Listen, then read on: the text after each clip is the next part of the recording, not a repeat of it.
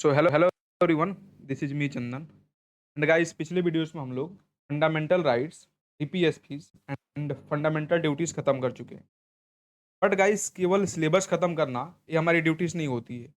हमारी ड्यूटीज ये भी होती है कि हम कितना पढ़े हैं और कितना रिटेन कर पाते हैं, कितना एग्जामिनेशन हॉल में, कितना आंसर शीट जब मेंस में मिलता है तो वहाँ पे लिख पाते हैं। ये हमारी सबसे बड़ी प्रायोरिटी होनी चाहिए, ठीक है। तो गाइस, अभी तक हम लोगों ने तीन तीन टॉपिक खत्म कर दिया है।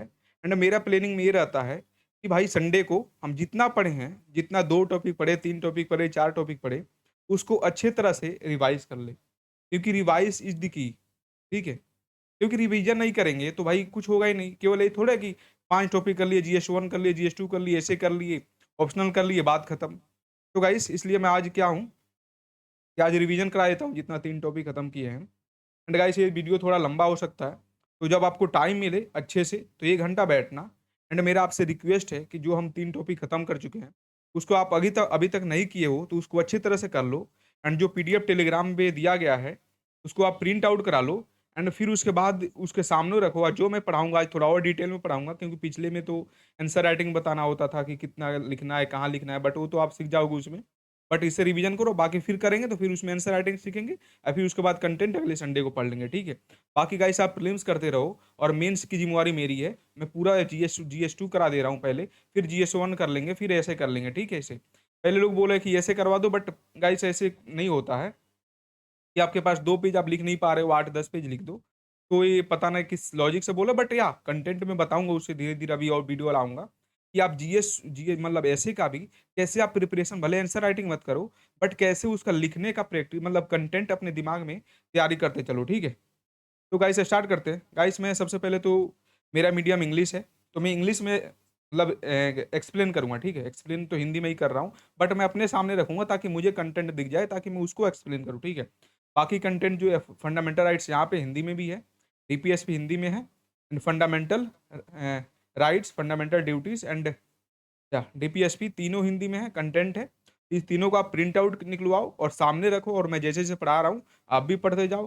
फिर नहीं, मैं थोड़ा दी एक टॉपिक पढ़ा दिया, मान लो मैं इंट्रोडक्शन पढ़ा दे रहा हूँ, तो आप इसको रखो, आप खुद से पढ़ो, अपना जो भी हाइलाइटर हाईलाइट करो, और जो नहीं याद है उसको अच्छे से रिवाइज करो, फिर वीडियो फिर से चालू करो, फिर देखो, ठीक है। तो गाइस स्टार्ट करते हैं। तो गाइस, फंडामेंटल राइट्स देखिए, हमेशा एक क्वेश्चन फंडामेंटल ड्यूटीज से, एक या दो क्वेश्चन आएगा, एक लॉन्ग आएगा 38 मार्क्स का, एक 8 मार्क्स का। तो ये दोनों टॉपिक है ना, इतना ही इंपॉर्टेंट है कि आप मतलब कॉपी देखोगे ना, तभी आपको इसको पता लगेगा कि कितना इंपॉर्टेंट है, ठीक है। एक टॉपिक कर लो, 38 मार्क्स का हो गया इससे। तो गाइस, फंडामेंटल जैसे देखिए, सबसे पहले मैं बोला हूँ कि कोट लिख सकते हैं, या टॉपर से कोई भी बोलता है, मैं भी सजेस्ट करता हूँ कि यही चीज़ है, कोट लिखने से अच्छा मार्क्स मिलता है, ठीक है। तो आप ऐसे लिख सकते हैं कि ऐसे आएगा फंडामेंटल राइट्स, तो उस पर लिखिएगा fundamental rights are the Magna Carta of India as described by Granville Austin, ठीक है।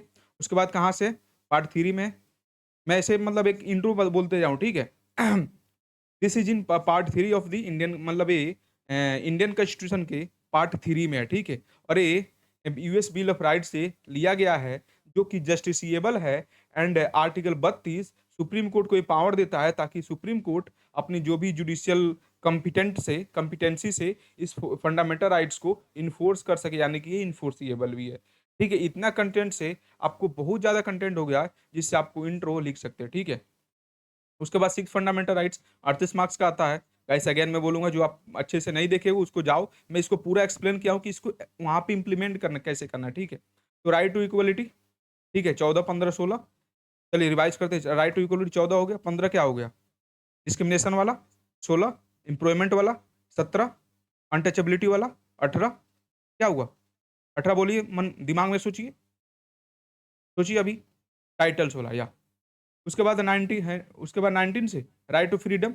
ऐसे ही अपने रुकिए, अपने दिमाग में सोचिए। अभी देखिए, एक्टिव रिकॉल नहीं होगा ना, इसे बोलते हैं एक्टिव रिकॉल, ठीक है। जब तक एक्टिव रिकॉल नहीं कीजिएगा तब तक नहीं होगा। राइट टू मान लीजिए, राइट टू क्या बोलते हैं, 19 है, ठीक है। राइट टू फ्रीडम है, सबसे पहले 19 आता है। 19 भी आपको और जैसे वो अच्छे साथ है ना, right to 19 clause A sub clause A, right to speech and expression बोलता है, ठीक है। फिर उसके बाद right sub clause A sub clause A, A हो गया, फिर बी हो गया, ठीक है। ऐसे ऐसे करके करना है तो जैसे मान लो असेंबली बोलता है, फिर एसोसिएशन बोलता है ना, तो ये सब करना है। फिर 23-24 फिर रिलीजन्स है, मतलब राइट टू कंसाइंस है, ठीक है। उसके बाद 26 क्या बोलता है, प्रोपेगेट प्रोफेस प्रैक्टिस से बोलता है। फिर उसके बाद टैक्स टैक्स कोई 28 बोलता है, टैक्स में नहीं कर सकता है।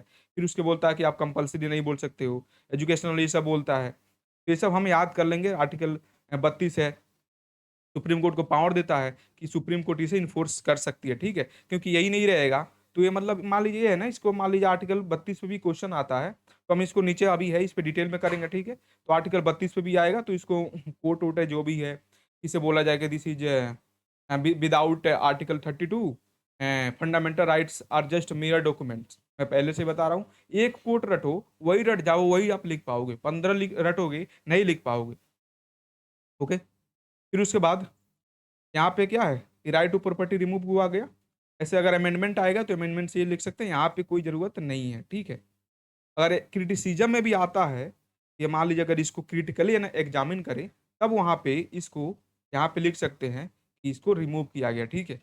उसके बाद सिग्निफिकेंस, लिमिटेड गवर्नमेंट, गवर्नमेंट को लिमिट करता है ना, कि भाई इनके पास भी है, आप कुछ भी नहीं ला सकते। अभी कोकरोच जनता पार्टी का मूवमेंट हुआ था वहां पे दिल्ली में, तो किस राइट पे के बेसिस पे कर रहे थे? ऐसे तो है नहीं कि वहां पे 15 लोग मतलब 100 लोग पहुंच गए तो वो कुछ भी कर दे, नहीं।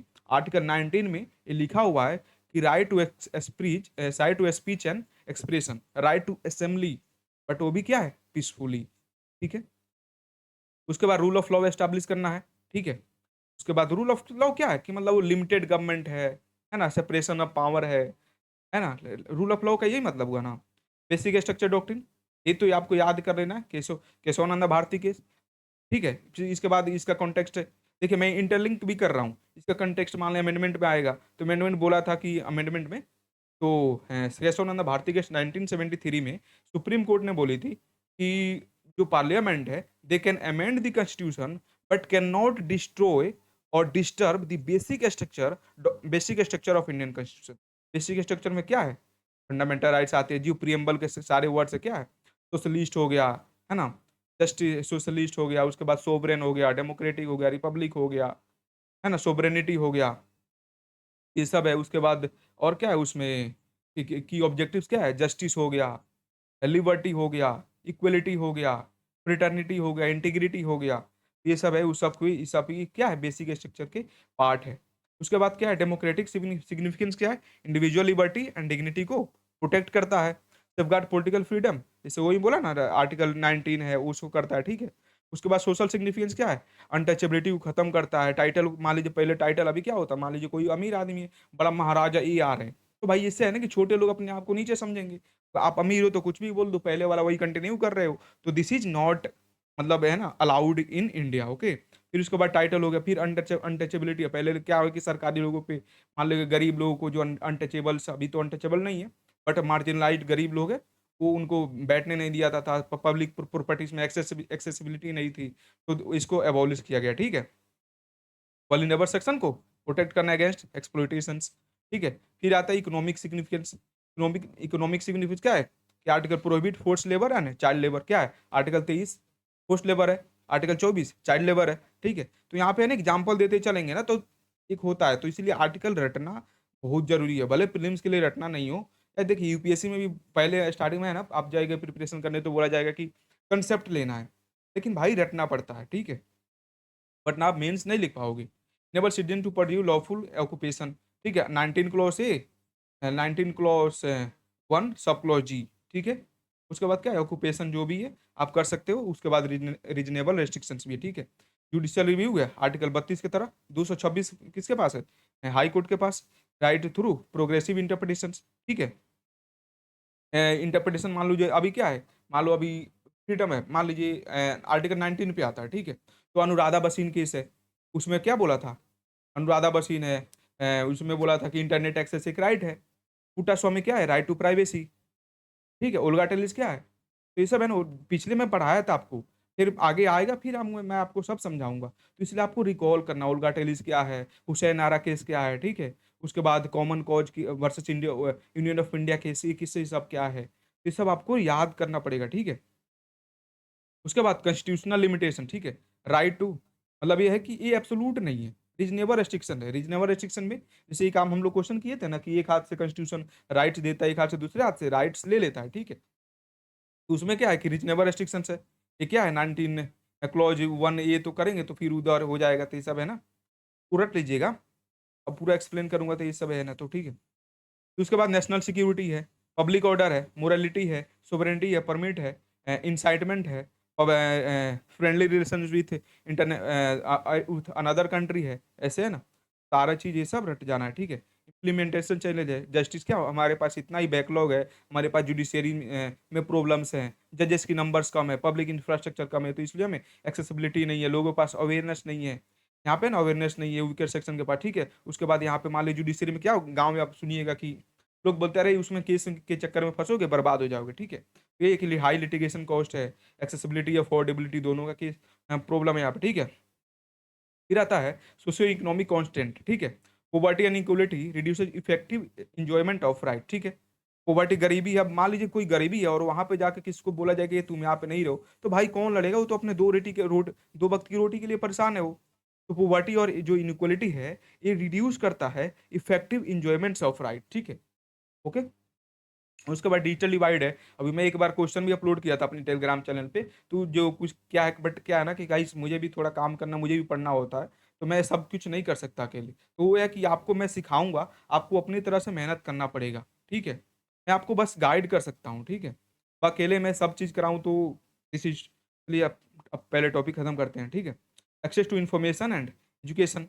मान लीजिए किसी के पास न्यूज़पेपर पढ़ता है, ठीक है। तो मान लीजिए मैं द हिंदू पढ़ता हूँ, तो मुझे अच्छा कंटेंट मिलता है पढ़ने के लिए। लेकिन आप मान लीजिए किसी को द हिंदू न्यूज़पेपर नहीं पढ़ने आता, इंग्लिश की प्रॉब्लम, लैंग्वेज की प्रॉब्लम है, या गांव में एक्सेसिबिलिटी नहीं है, तो उसको क्या है, वो इंस्टाग्राम पे देखेगा। इंस्टाग्राम पे जो भी है, जो पेज बनाते हैं, वो क्या करेंगे, वो सारे बाइस्ड होते हैं। मान लीजिए मैं फंडिंग करूंगा उनको, मान लीजिए मैं 10,000 रुपये दूंगा, ये पोस्ट कर दो, ऐसे कर दो, वो कर देगा, वो उसको पैसा चाहिए, इसीलिए तो कर रहा है मेहनत वो, ठीक है।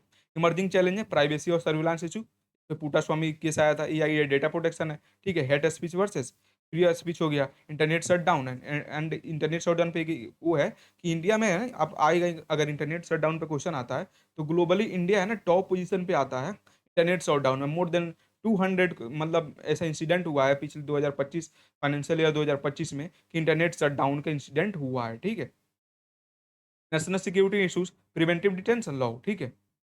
ये हो गया national security issues preventive detention law, article क्या है 22 है, ठीक है।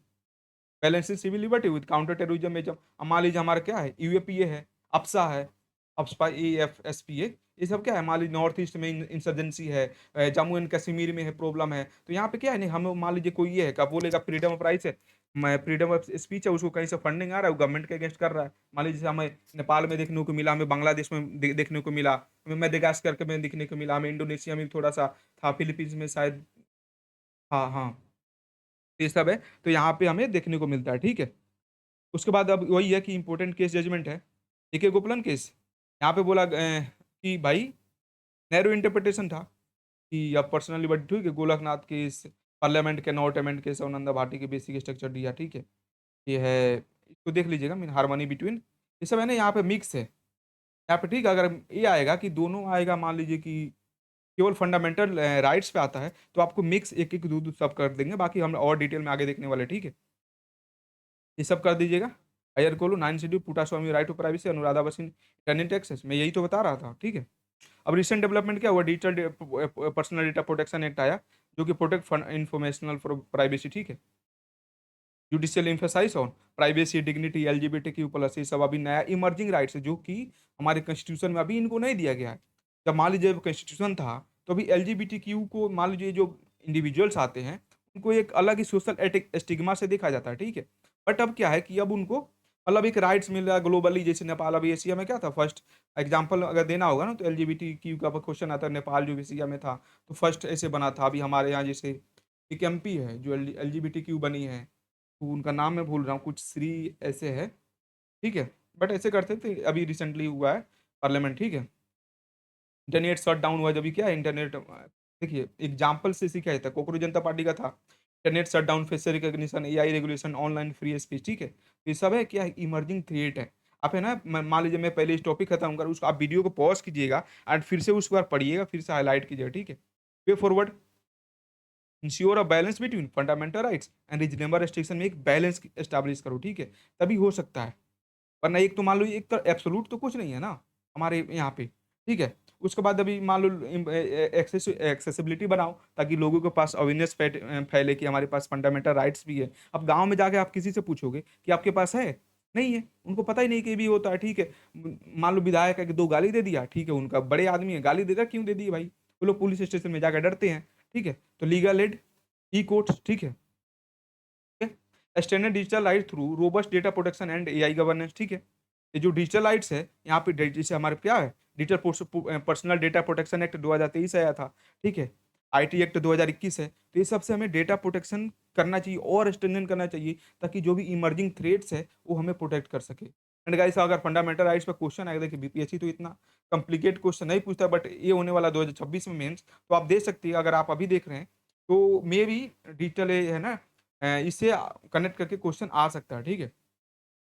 Enhance constitutional literacy through civic education, मान लीजिए हमें बेसिक एजुकेशन लिख दीजिए through from early education like primary secondary से ऐसे हायर एजुकेशन तक जाने जाए, मतलब ऐसा है कि हमें सीख जाए, ठीक है? प्राइमरी एजुकेशन से कर सकते हैं। Reduce judicial delays by increasing judicial capacity, number of जजेस को बढ़ाओ, जुडिशियल इंफ्रास्ट्रक्चर को बढ़ाओ, ठीक है?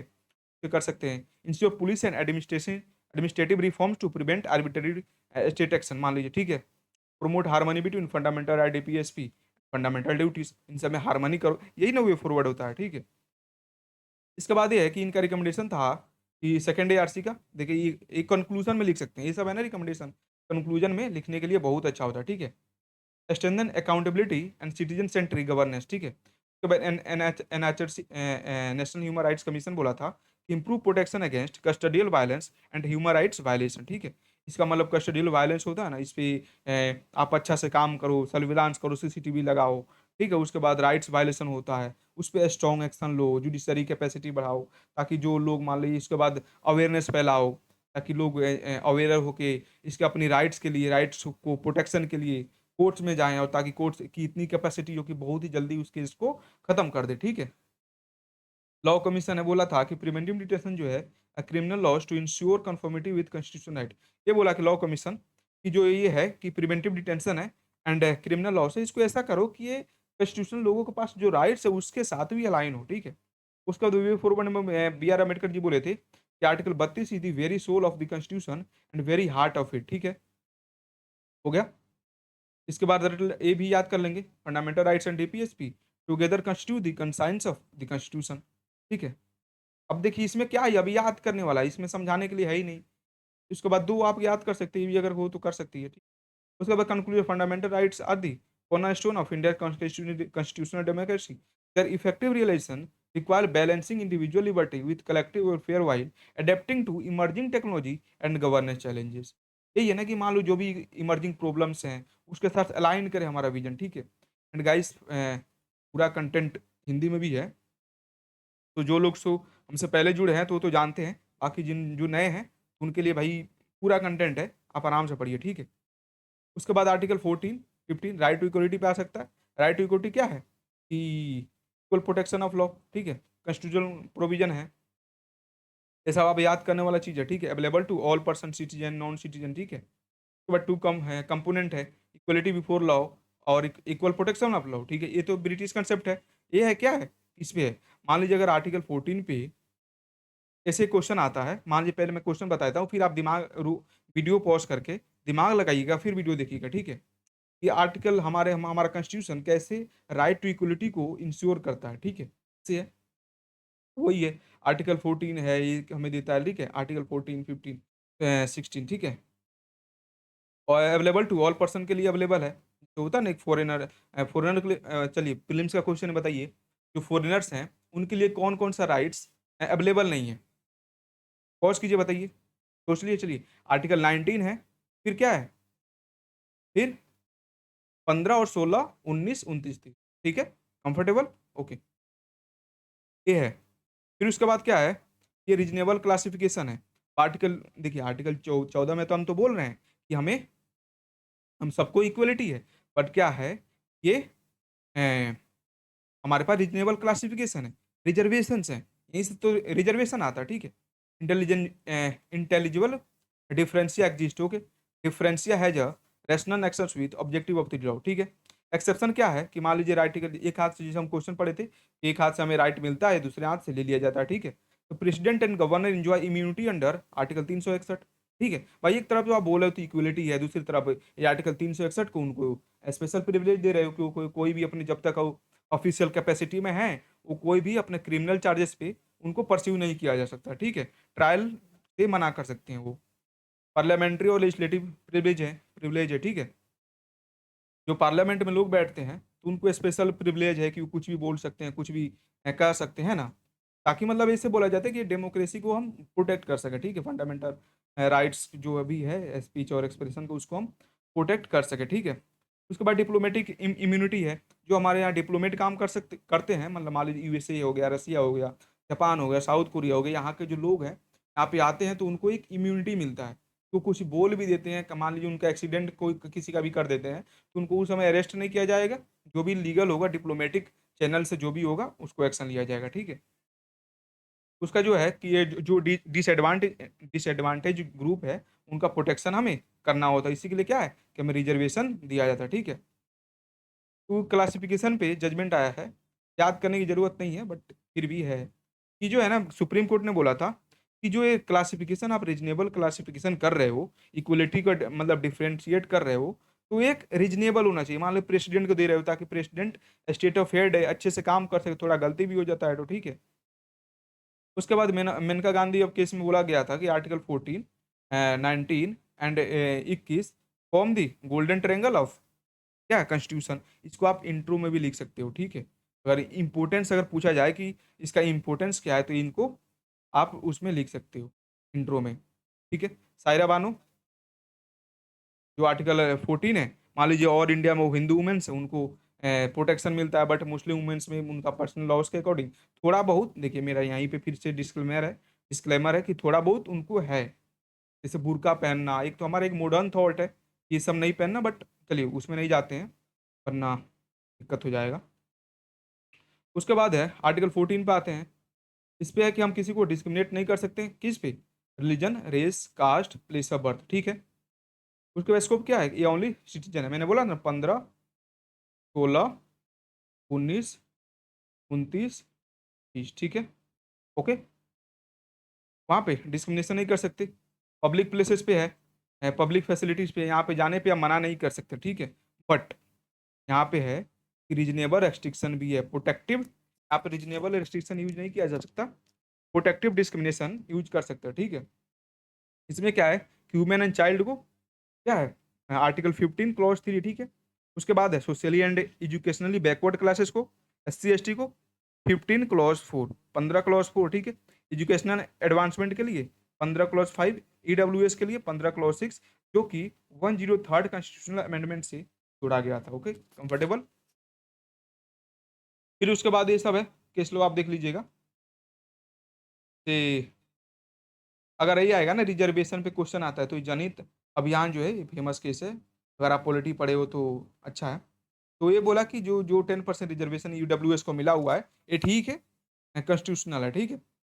इसमें है कि Ashok Kumar Thakur versus union of India, जो शायद 1993 में आया था ना, OBC का रिजर्वेशन, तो उसमें है तो OBC का रिजर्वेशन के उसको सुप्रीम कोर्ट ने बोला ठीक है, वैलिड है, ठीक है। आर्टिकल 16 आता है, equality of opportunity in public employment, constitutional provision जो भी है, इक्वल अपॉर्चुनिटी मिलना चाहिए।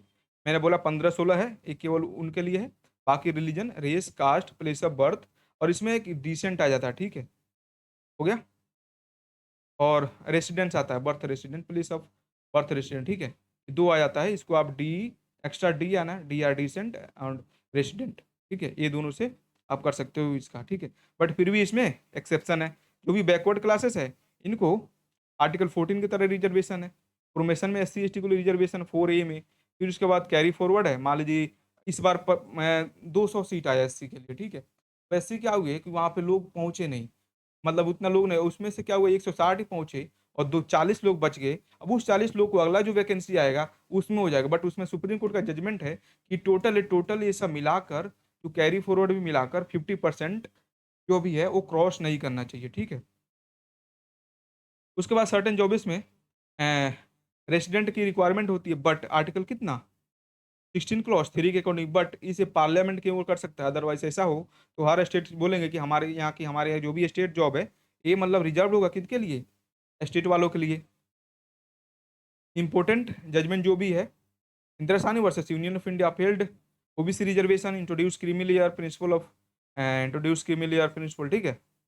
हाँ, इंदिरा साहनी केस, ठीक है। यहाँ पे बोल सके रीजनेबल क्लासिफिकेशन है। मान लीजिए अभी एक डिबेट चल रहा है, ठीक है। एसटी का जो हमेशा सुप्रीम कोर्ट हमेशा से गवर्नमेंट को, सेंट्रल गवर्नमेंट को फोर्स कर रही है कि जो भी SC ST है, इसमें कुछ लोग हैं, मान लीजिए मैं हूँ ST हूँ, मेरे मतलब मैं IAS बन गया, ठीक है। और मेरा जो बेटा है तो भाई वो क्यों लेगा, वहाँ पे सारे फैसिलिटीज उसको मिल रहा है हर तरह से, तो उसको रिजर्वेशन नहीं मिलना चाहिए ना। बट वही है कि हमारे यहाँ पॉलिटिक्स है, राहुल गांधी जी लोगों को लेकर सड़क पे आ जाते हैं, और वही दिक्कत हो जाता है। तो फिर गवर्नमेंट को वोट चाहिए, क्योंकि पावर में रहना है, कुछ भी करना है तो वोट के बिना तो कुछ होगा नहीं। इसलिए गवर्नमेंट फिर से वो कुछ इस पे स्टेप लेती ही नहीं है। तो मैं बोला था ना 50% सेलिंग, तो वही है Indira Sawhney versus United of India. जब 1992 में ऐसे, उस समय कौन थे प्राइम मिनिस्टर, शायद साउथ के, क्या नाम है उनका, भूल रहा हूँ अभी, अभी याद आ जाएगा तो बता दूंगा। हाँ, नरसिम्हा सिंह शायद ऐसे थे प्राइम मिनिस्टर, पता ना, ठीक है। तो 50% सीलिंग है, और रिजर्वेशन जो है वो क्रॉस नहीं करना चाहिए, इंक्लूडिंग कैरी फॉरवर्ड हो, ठीक है। उसके बाद प्रमोशन में बोला कि नहीं है, बट लेटर मॉडिफाइड किया गया कि चलो ठीक है, प्रमोशन में भी हम देंगे।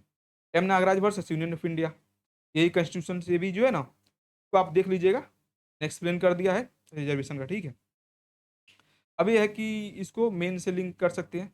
कोर्ट है, political democracy can not last unless there lies at the base of social democracy, ठीक है। जस्टिस PN भागवती का equality is a dynamic concept with many aspect and dimension लिखे। तो अगर इमर्जिंग इश्यूज पे आता है ना, तो आप इसे जस्टिस PN भागवती के कोर्ट को कर सकते हो। अगर डायनेमिज्म पे आ रहा है, कैसे फंडामेंटल राइट्स इवॉल्व हो रहा है, मतलब है ना वर्ल्ड जियो पॉलिटिक्स इवॉल्व हो रहा है, तो हमारे fundamental rights, right to equality है, उसे भी अडेप्ट करना चाहिए। तो वहाँ पे ये कोर्ट आप यूज कर सकते हैं, ठीक है। आप इसको जितना मल्टीपल टाइम पढ़िएगा ना, और जो भी केवल PY की है उसको आप देखते रहिएगा, तो आपको समझ जाएगा कि क्या है। और फिर जब नहीं समझ में आए, तो गाइस इसीलिए मैं सेक्शन वाइज कर रहा हूँ। फंडामेंटल राइट्स वाला जाइए, वीडियो देखिए, और फिर उसके बाद समझिए, और फिर से उसके बाद पढ़िए, ठीक है। तब आपको बेटर समझ में आएगा, ठीक है। ये है। फिर आर्टिकल 19 पे क्वेश्चन आ चुका है, तो रुक, आर्टिकल 19 क्या बोलता है, कि हमें कि ये मतलब एक है ना कि ये आर्टिकल 19 इसे लुक, डेमोक्रेटिक गवर्नेंस है, उसमें सबसे बड़ा फाउंडेशन क्या है, कि लोगों के पास वोट देने का अधिकार हो। आर्टिकल यूनिवर्सल एडल्ट फ्रेंचाइज क्या है, आर्टिकल 326, किसी को भी एक वन वोट वन रूल हो, ठीक है, वन वोट वन वैल्यू ऐसे है ना, होता है।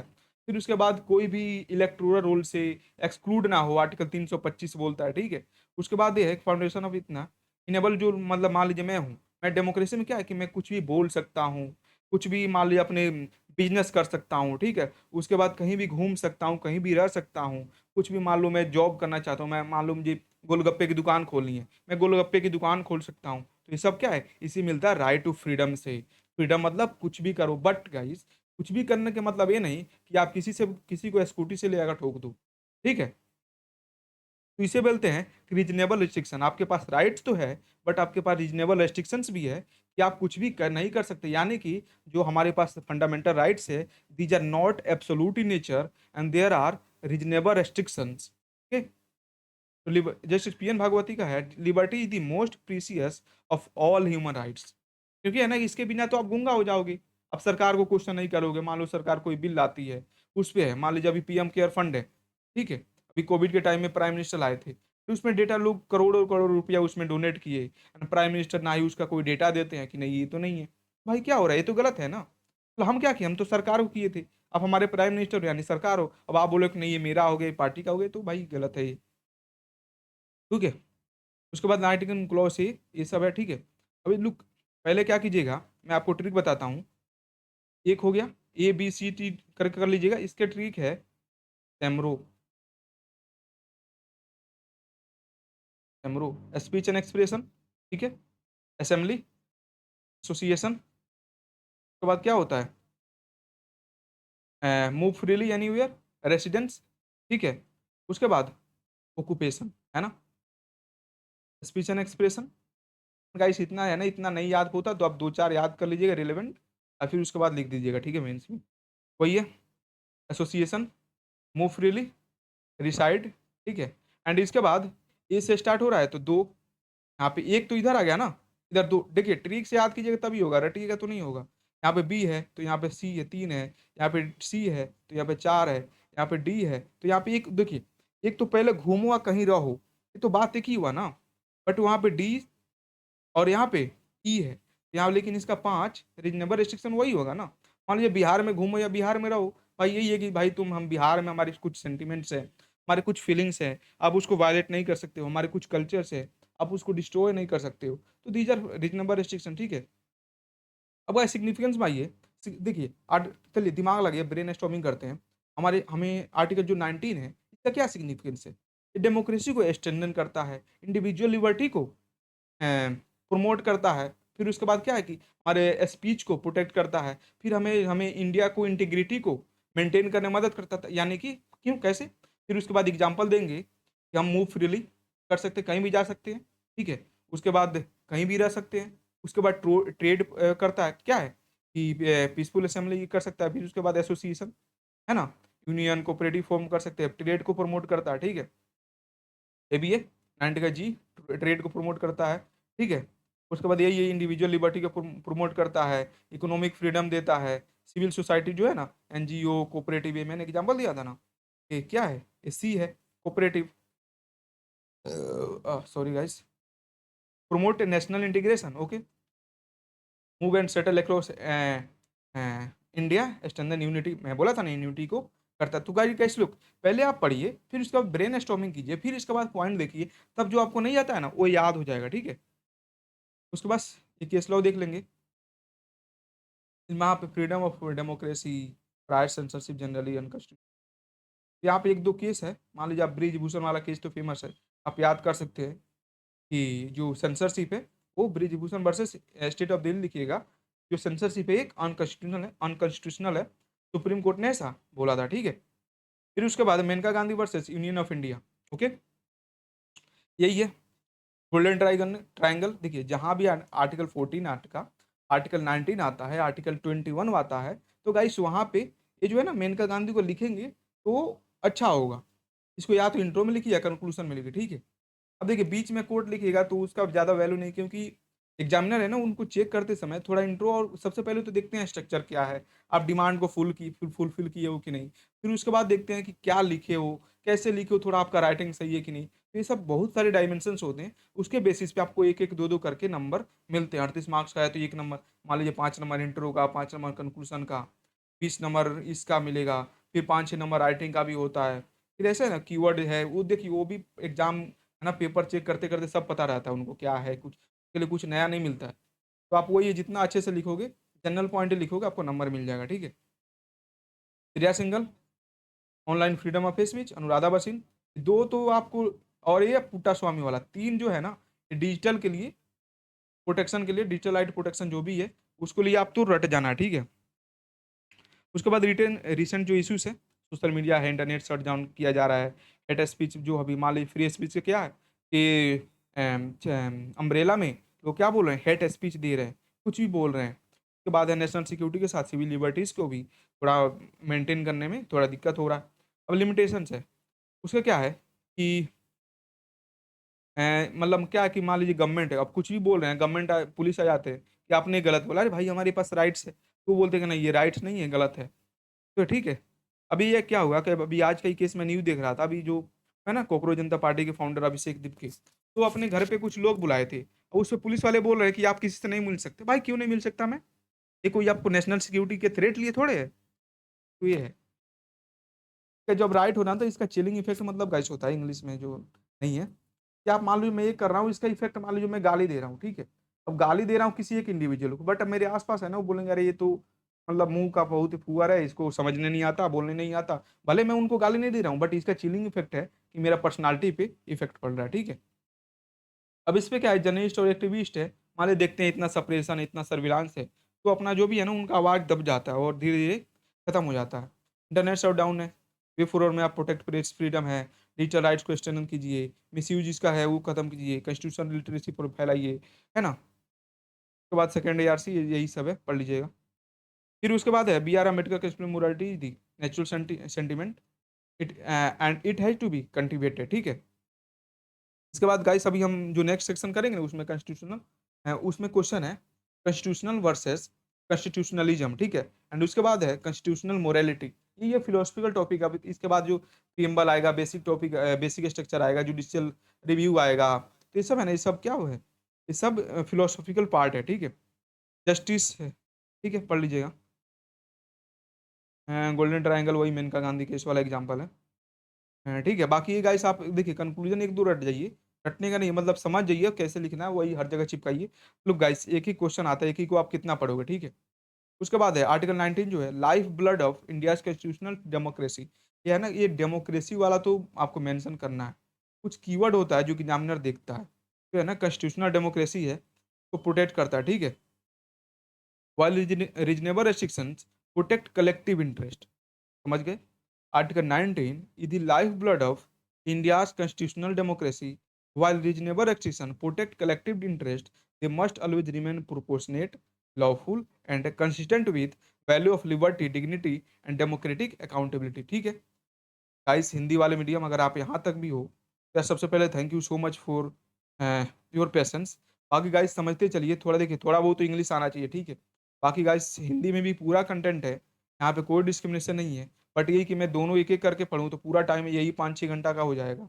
बट मैं चाहता हूँ कि अपना टाइम, अपना सबसे पहले तो अपना टाइम सेव करूँ, क्योंकि गाइस मुझे भी अपना टाइम बचाना है, अपना पढ़ाई करना है, और जो मुझे काम है वो सब करना है, ठीक है। उसके बाद है कि आपका भी टाइम मान लो 5 घंटा है तो आप वीडियो देखोगे नहीं, टाल दोगे तो आपका प्रिपरेशन रुक जाएगा, ठीक है। तो ये है, बाकी यही है जो वहाँ पे कंक्लूजन था, तो ये ठीक है, सारा है क्या। फिर आते हैं आर्टिकल आर्टिकल 21। इस पे क्वेश्चन पूछा गया है कि जुडिशियल इंटरप्रिटेशन से कैसे है ना आर्टिकल 21 का होराइजन जो है एक्सपेंड हुआ है। तो आप ये सबसे पहले कोड देखिए, article 21 embodies the constitutional values of human dignity, ठीक है। इसके या इसको मान लीजिए एक और कोट या फ्रेज टाइप का लिख सकते हैं, ये ना कि article 21 is the blood line of the constitutional rights और fundamental rights in Indian constitution. आप कुछ करके लिख सकते हैं, क्योंकि इसका इंपॉर्टेंस बताना, इंपॉर्टेंस बताओ ना, ये हमारी शरीर का खून है, एग्जाम्पल होता है ना, हमारे शरीर का खून है, हमारे यहाँ कलेजा है, हमारा पथरी है, तो ऐसे ऐसे दे सकते हैं। फिर उसके बाद है एक एक गोपलन केस, ये सब है ना, इसको उतना जरूरी नहीं है बट मैं लिख दिया हूँ, क्योंकि मान लीजिए अब देखिए अभी अब मैं सब करूंगा ना तो आपको बड़े लगने, बट ये है कि धीरे धीरे आप पढ़ते जाइए। बट गाइस इसको 5-6 बार रिवाइज कीजिए, बहुत ही छोटा कंटेंट है। एंड सबसे गाइस आप प्रिंट आउट कराइएगा ना तो ये बहुत छोटा छोटा दिखेगा, पूरा तरह स्पेस बच जाएगा। तो ऐसे नहीं कि पेज तरफ मत देखिएगा, कंटेंट देखिए कितना अलग अलग है, कितना पढ़ने में मजा आएगा, ठीक है। आप एक दिन में 10 पेज 15 पेज 2 घंटे में पढ़ जाइएगा, आपको भी मजा आएगा, चलो इतना जल्दी पढ़ गया। तो ये इसको थोड़ा साइकोलॉजी भी बोलते हैं, ठीक है। उसके बाद है आर्टिकल 21 का स्कोप है, वो क्या है, एक्सपेंड कैसे जुडिशियली एक्सपेंड हो रहा है। फिर right relating to human dignity, right to live with dignity, livelihood, shelter, reputation चाहिए, बॉन्डेड लेबर है, अगेंस्ट है, कस्टडियल टॉर्चर है, ओके। उसके बाद हेल्थ है, आज थोड़ा मेरा ही पहला मैराथन टाइप का हो रहा है, जो मोर देन 30 मिनट्स में पढ़ा रहा हूँ, तो थोड़ा एनर्जी डाउन होगा, बट स्टिल आई एम, मतलब मैं ट्राई कर रहा हूँ कि जितना हो सके, जितना एक्सप्लेन कर सकूँ, जितना आपको समझा सकूँ। एंड गाइस ये होगा कि पूरा वीडियो देखिए गाइस, इसको है ना थोड़ा चैनल को ग्रो कराने में मदद कीजिए। आप कैसे ग्रो करा सकते हैं कि आप अपने दोस्तों के साथ शेयर कर सकते हैं, ठीक है। हाँ, ये नहीं कि सबके साथ फूफा जी के साथ शेयर कर दे, नहीं। जो बीपीएससी का प्रिपरेशन करते वो कर सकते हैं, या घर पे गए अपनी मम्मी का या पापा का मोबाइल उठाए, चैनल को सब्सक्राइब कर दिए, वीडियो जाकर देख लिए, ठीक है। थोड़ा वीडियो चला कर रख दिए, थोड़ा वॉच टाइम ऐसे हो गया, ताकि यूट्यूब यूट्यूब को लगेगा कि बच्चे देख रहे हैं, चलो दूसरे के पास भी भेजता हूँ। तो गाइस ऐसे थोड़ा बहुत मदद कर सकते हैं, यहाँ पे कोई फी नहीं है, दिस इज बिल्कुल free for you, okay. And इतना है ना, इतना एक्सप्लेन कर रहा हूँ, आप कोई फाउंडेशन क्या है ना पेड कोर्स भी उठा के देखिए, इतना गाइस करते ही नहीं है वो लोग, वो बढ़ते ही रट जाओ, ये थोड़ा बहुत समझा देते, बात खत्म। ये आते हैं टॉपिक पे, इमरजेंसी मेडिकल ट्रीटमेंट है, क्लीन इन्वायरमेंट है, क्या है, एमसी मेहता केस सीरीज है, एग्जाम्पल देते चलिए, ठीक है। अब एग्जाम्पल सारे केस लो है, धीरे धीरे आप पढ़ जाइएगा तो हो जाएगा। प्राइवेसी एंड टेक्नोलॉजी है, वही ना, राइट टू प्राइवेसी है, पर्सनल डेटा को प्रोटेक्ट कीजिए, इंफॉर्मेशनल प्राइवेसी है, डिजिटल डिग्निटी है, ठीक है। उसके बाद है जस्टिस में है, लिबर्टी है। देखिए जस्टिस के लिए ट्रिक था, है ना, फंडामेंटल सॉरी प्रियम्बल का ऑब्जेक्टिव था, एक जलेबी कंसेप्ट होता है, ठीक है। जलेबी कंसेप्ट होता है justice, liberty, equality, brotherhood, but इसको फ्रेटर्निटी बोलता है, फ्रेटर्निटी, फ्रेटर्निटी, और ये क्या है, इंटीग्रिटी, ठीक है, and unity, integrity and unity of the nation. Hand coughing है, ठीक है। अब मान लीजिए, जब अभी देखते हैं हम, आप किसी को अरेस्ट किया जाता है, उसको हथकड़ी पहनाया जाता है, नहीं, तो जब तक कोग्निजेबल ऑफेंस ना हो, या non compoundable offence, cognisable offence मतलब कि उसमें जब बेल नहीं मिले जल्दी, ठीक है। उसके बाद एजुकेशन पे क्या है, आर्टिकल 21 है, ये सब क्या है, आर्टिकल 21 का इन तो पार्ट है। उसके बाद ये सब पढ़ लीजिएगा आप, बहुत ही सिंपल है।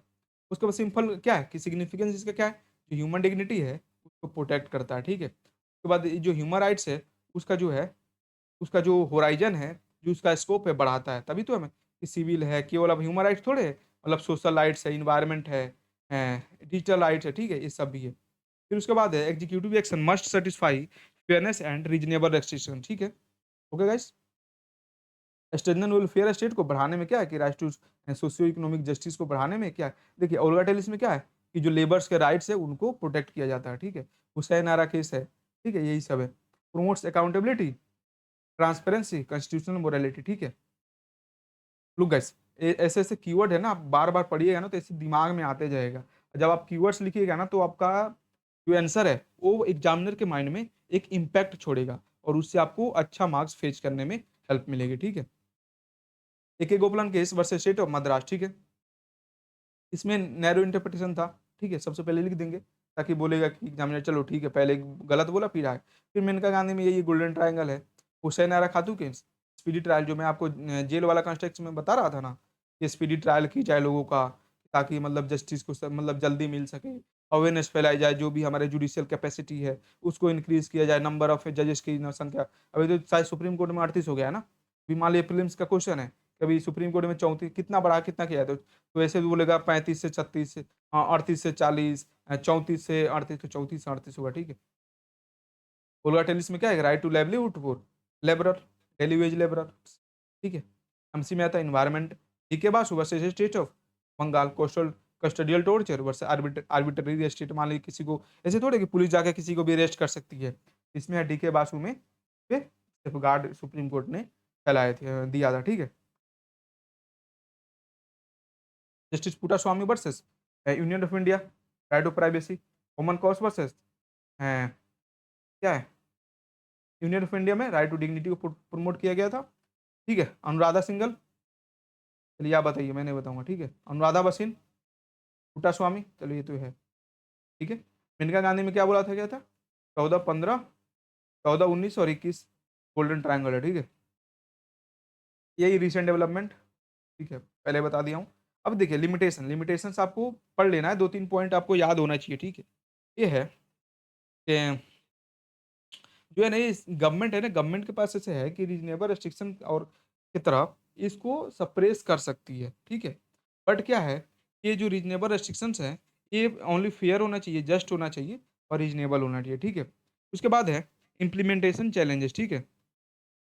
इम्प्लीमेंटेशन चैलेंजेस क्या है कि हमारे पास कस्टडियल डेथ होता है, पुलिस एक्सेस है, जो है ना क्रिमिनल ट्रायल्स में हमें डिलेस होता है, जो है ना प्रिजन है बहुत ही ज़्यादा ओवर क्राउडिंग है, ठीक है। उसके बाद क्या है कि हेल्थ केयर और लीगल एड में एक्सेसिबिलिटी नहीं है। मान लो क्या हो, चलिए प्राइवेट तो छोड़िए, गवर्नमेंट में अगर AIIMS Delhi AIIMS, Patna AIIMS से कहीं भी जाइएगा ना, एम्स जोधपुर कहीं भी जाइए, तो गाइस क्या होगा कि जो बड़े लोग होते हैं, देखिएगा आप आइएगा डायरेक्ट डॉक्टर के कैबिन में चले जाते हैं, अपना इलाज कराएंगे चले जाएंगे। हम लोग जो पर्चा लेकर खड़े रहते हैं, खड़े खड़े रह जाते हैं। फिर बोलता है कि चलो ठीक है, आज का टाइम 11 बज गया, 12 बज गया, कल आइए, या लॉन्च के बाद आइए, तो ये सब है, ठीक है।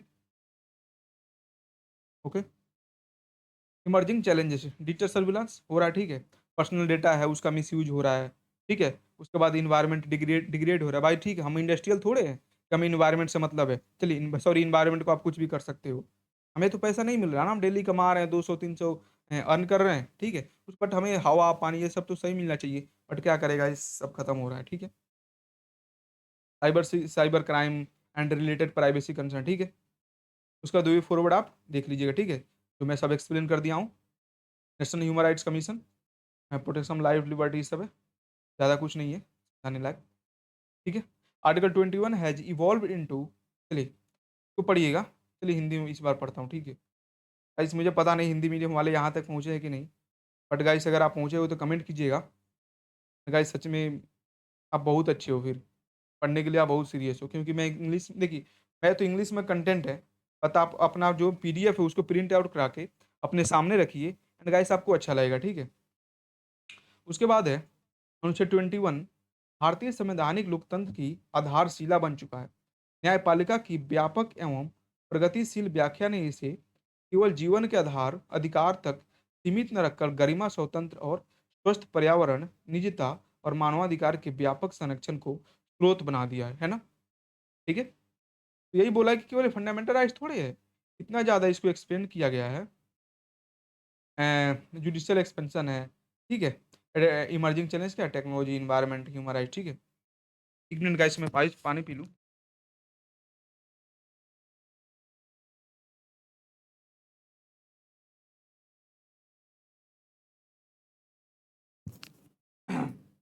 हेलो, हाँ। तो राइट टू एजुकेशन है, ठीक है। अब आते हैं, देखिए राइट टू एजुकेशन में क्वेश्चन पूछा गया है। देखिए मैं 3 का कंपाइल किया हूँ, यूपीपीसीएस, ठीक है, बीपीएससी और यूपीएससी, ठीक है, तीनों का कंपाइलेशन है। तो इसलिए हो सकता है कि बीपीएससी में अगर क्वेश्चन नहीं पूछा गया हो तो यूपीएससी में पूछा गया होगा, जरूर पूछा गया होगा, ठीक। तो आर्टिकल 21 यहाँ याद आ गया, यूपीएससी में पूछा गया, ठीक है। आर्टिकल 21 क्लॉज ए में है, पार्ट 3 में है। इसको है ना, आप इंट्रो आएगा तो आप इंट्रो ऐसे देखिए, फंडामेंटल या पॉलिटिक्स अगर क्वेश्चन आया था सबसे पहले ऐसे लिखेगा, ये पार्ट 3 से, पार्ट इंडियन कॉन्स्टिट्यूशन में पार्ट 3 में लिखा हो गया है या इंश्राइंड है, ठीक है। उसके बाद आर्टिकल लिख दीजिएगा कि आर्टिकल 21 है, अगर ये अमेंडमेंट से जोड़ा गया है तो ये आर्टिकल 86 कॉन्स्टिट्यूशनल अमेंडमेंट एक्ट से जोड़ा गया, ठीक है। क्या है कि इसका ऑब्जेक्टिव है free and compulsory education, fundamental rights for all citizens, मतलब ये देना है, ठीक है। ये याद कर लीजिएगा, प्रिंस का फैक्ट है कि 6 से 14 है, 0 से 6 भी मतलब शायद, हाँ, 3 से 6 या कुछ ऐसे होता है जो आंगनबाड़ी के लिए है। हो गया शायद, फंडामेंटल ड्यूटीज है वो, ठीक है, इससे कम है वो। हैं, अब कैसे इसका इम्प्लीमेंटेशन के लिए राइट टू एजुकेशन एक्ट लाया गया 2009 में, जो कि 2010 से इफेक्टिव हुआ, ठीक है। अब ये आर्टिकल 21 है, तो रटना नहीं है बट समझ लेना है, ठीक है। इसका क्या है कि इसका फ्री एंड आर्टिकल 21 मतलब ये करता है, स्टेट को गाइडलाइंस देता है कि फ्री एंड कंपलसरी एजुकेशन पे अलाउ टू चिल्ड्रन जो कि 6 से 14 साल के होंगे, ठीक है।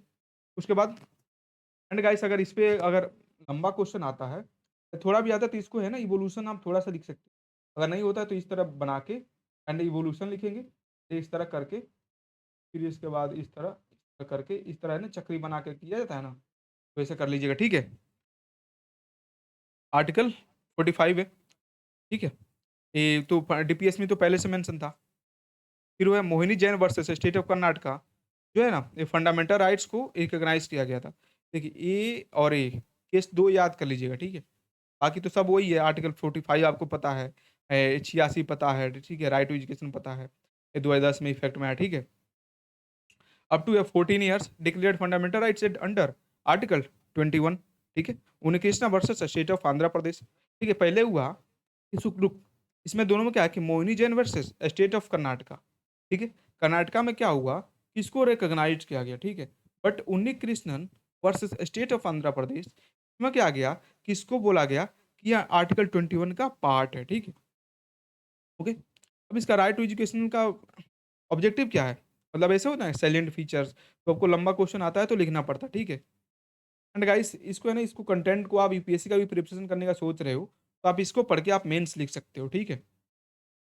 बाकी मेरा टारगेट तो बीपीएससी अभी तक, तो अभी मैं उसी का जो भी थंबनेल है जो भी उसी का यूज कर रहा हूँ, बट इसका कंटेंट पूरा यूपीएससी लेवल का है, यूपीपीसीएस लेवल का है, बीपीएससी लेवल का, ठीक है। आप तीनों का मेंस लिख सकते हो, ठीक है।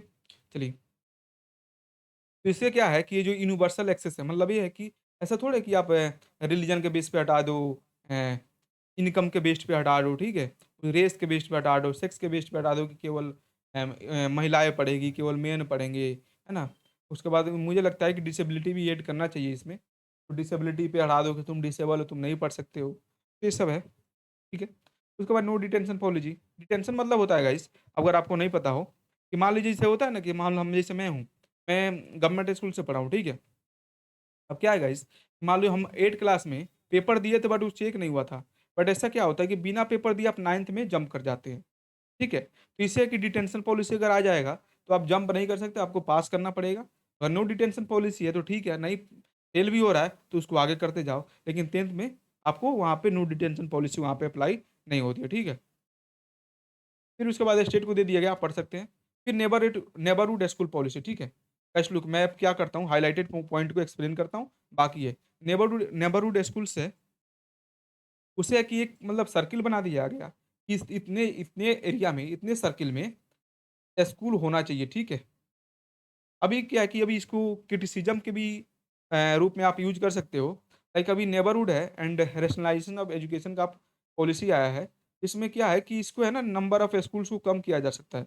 अभी एक नीति आयोग का रिपोर्ट आया था, द हिंदू मैंने पढ़ा था। उसमें बताया था कि लास्ट लास्ट 1 डेकेड में 10 सालों में 94,000 स्कूल को बंद किया गया है। मतलब यही है कि पैसा नहीं है, कम हुए, बच्चे कम हैं, इसको इधर-उधर शिफ्ट कर रहे हैं, ठीक है? इसके बाद है 25% रिजर्वेशन है, इनको प्राइवेट एंड गवर्नमेंट स्कूल में ट्यूशन में देना चाहिए, ठीक है?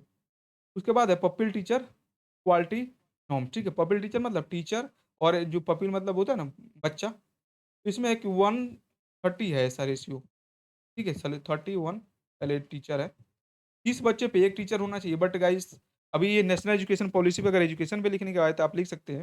एंड गाइस इसमें है कि ये तो हमें बहुत पहले ही फुल करता, शायद हमारे यहाँ एवरेज 21 या 25 है। बट आप लिख सकते हो इसे, अगर डेटा नहीं याद हो तो आप उसको है ना ऐसे लिख सकते हो कि ये हम ऑलरेडी अचीव्ड कर चुके हैं, ठीक है? उसके बाद टीचर क्वालिफिकेशन है, स्टैंडर्ड है, इंफ्रास्ट्रक्चर नॉर्म है, ठीक।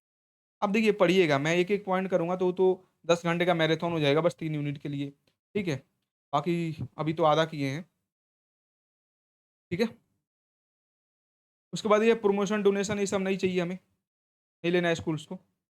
स्क्रीनिंग प्रोसीजर 4, मतलब ये नहीं कि एडमिशन के टाइम में बोले चलो तुम ये बताओ, भाई नहीं। वो एस ऑलरेडी तो आया है वो ट्राइबल एरिया से, वो क्या बताएगा आपके क्वेश्चन? तो वो सब नहीं करना है, ठीक है? उसके बाद सिग्निफिकेंस है, ह्यूमन कैपिटल डेवलपमेंट, ये सिग्निफिकेंस क्या है? मतलब जो है राइट टू एजुकेशन 2009 का सिग्निफिकेंस क्या है? ये ह्यूमन कैपिटल को डेवलपमेंट में हेल्प करेगा, ठीक है? सोशल जस्टिस प्रोवाइड करेगा, सोशो इकोनॉमिक जो इनइक्वालिटीज़ है, उसको कम करेगा। इंक्लूसिव ग्रोथ है, इसको इन ये प्रमोट करेगा, ताकि इंक्लूसिव ग्रोथ मतलब क्या होता है कि सब लोग आए, हर जेंडर मान लीजिए मेल और फीमेल आए, हर रिलीजन का मुस्लिम, सिख आए, हिंदू आए, ठीक है? पंजाबी आए। उसके बाद गाइस हो गया, डिसेबल्स भी जिनके पास डिसेबल्स है वो भी आए, ठीक है? उसके बाद कॉन्स्टिट्यूशनल गोल क्या है कि जस्टिस, इक्वालिटी और फ्रेटर्निटी को इन्फोर्स करना है, ठीक है? उसके बाद है डेमोग्राफिक डिविडेंड को हमें हार्नेस करना है। गाइस आपको पता होगा कि हमारे यहाँ, ठीक है, मैं डेटा फीडर भी दे रहा हूँ। क्या है ना, आप अगर पढ़ते हो, सीरियस हो तो आपको डेटा आना चाहिए। 48% जो पॉपुलेशन है, ये वर्किंग एज पॉपुलेशन है। एंड हमारे यहाँ एवरेज एज है, सॉरी एवरेज एज है 88.2 या 9, मतलब चलिए मतलब एवरेज है, यहाँ पे लिख दीजिए 18 ईयर्स, ठीक है? 68% है वर्किंग एज पॉपुलेशन। उसके बाद डेमोग्राफिक डिविडेंड वही है ताकि हम इकोनॉमी को बूस्ट कर सकें, ठीक है? यहाँ पे पढ़ लीजिएगा। चैलेंजेस क्या है कि यहाँ पे स्कूल ड्रॉप आउट्स है, particularly at secondary level. Guys एक मैं आपको पिरामिड बताता हूँ, एजुकेशन में बहुत अच्छा काम आएगा आपको ऐसे लिखने में भी। यहाँ पे है प्राइमरी, सेकेंडरी, हायर।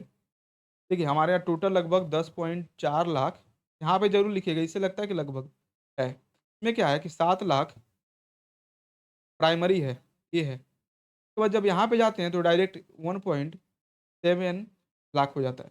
अब बताइए 7 गुना से 1 गुना कम हो गया, ये बच्चे जो निकलेंगे कहाँ जाएँगे? यही है ना कि नेबरहुड पॉलिसी ला रहा है कि मतलब एक गाँव में नहीं है, दूसरा गाँव में स्कूल्स हैं, पार्टिकुलरली हायर स्कूल्स, ठीक है? एक्सेसिबिलिटी है। क्वालिटी में क्या है कि मान लीजिए गवर्नमेंट स्कूल है, मान लीजिए अब मैं गवर्नमेंट स्कूल से पढ़ा हूँ, मुझे इंग्लिश हिंदू न्यूज़पेपर नहीं पढ़नी आती है, ठीक है? उसके बाद मुझे स्किल्स नहीं सिखाया गया, मुझे स्पोर्ट्स में कॉम्पिटेंट नहीं बनाया गया, ठीक है? वहाँ पे इंफ्रास्ट्रक्चर नहीं है, मुझे और सब स्किल्स लेना है, मुझे हमारे यहाँ कंप्यूटर लैब का तो कांसेप्ट ही नहीं था। तो ये सब है। उसके बाद इक्विटी को प्रमोट करना है, ठीक है? डिजिटल डिवाइड है, ये सबको करना है, ठीक है। उसके बाद गवर्नमेंट इनिशिएटिव क्या है? समग्र शिक्षा, ठीक है। स्कूल एजुकेशन को इंटीग्रेटेड बहुत ही बड़ा प्रोग्राम है। उसके बाद पीएम श्री स्कूल्स, नेप को प्रमोट करना है, निपुण भारत, यही है एजुकेशन नेप, ठीक है। वे फॉरवर्ड आप पढ़ लीजिएगा। इसके बाद है कि डॉक्टर बी आर अम्बेडकर, देखिए फिर से रिपीट हो रहा। मैं ये नहीं कि नया नया कोड लाया और यहाँ पे लपेट दिया, ऐसा नहीं किया, ठीक है। आपको एक जब कोड दूंगा तो आपको रटा जाएगा एंड वो आप लिख के आ जाओ, ठीक है। Cultivation of mind should be ultimate aim of human existence, ठीक है, okay. Nelson Mandela, education is the most powerful, देखिए doctor B R Ambedkar quote है कि cultivation of mind should be the ultimate aim of human existence, ठीक है। उसके बाद guys Nelson Mandela जो है, इनका एक कोट है कि education is the most powerful weapon which you can use to change the world. Guys first of all तो मेरा मे बी साउंड चेंज हो रहा होगा, क्यों गाइस, पहले देखो मैं तो पढ़ाना तो पहली बार स्टार्ट किया हूँ, बाकी मुझे तो पहले से है, ऑनलाइन में पहली बार आया हूँ, तो इतना बोल रहा हूँ, तो हो सकता है कि मेरा जो स्पीच हो उसमें थोड़ा है ना वर्ड को अ, गलत प्रोनाउंसिएट करना है ना, उसके बाद में भी थोड़ा बहुत हो सकता है, बट ठीक है। चलिए कंटिन्यू करते हैं, क्योंकि अभी 15 पेज हो चुका, अभी 15 पेज और करना है, ठीक है। गाइस आपको पूरा वीडियो देखना है, शेयर भी करना है। राइट टू एजुकेशन आप पढ़ लीजिएगा, ठीक है।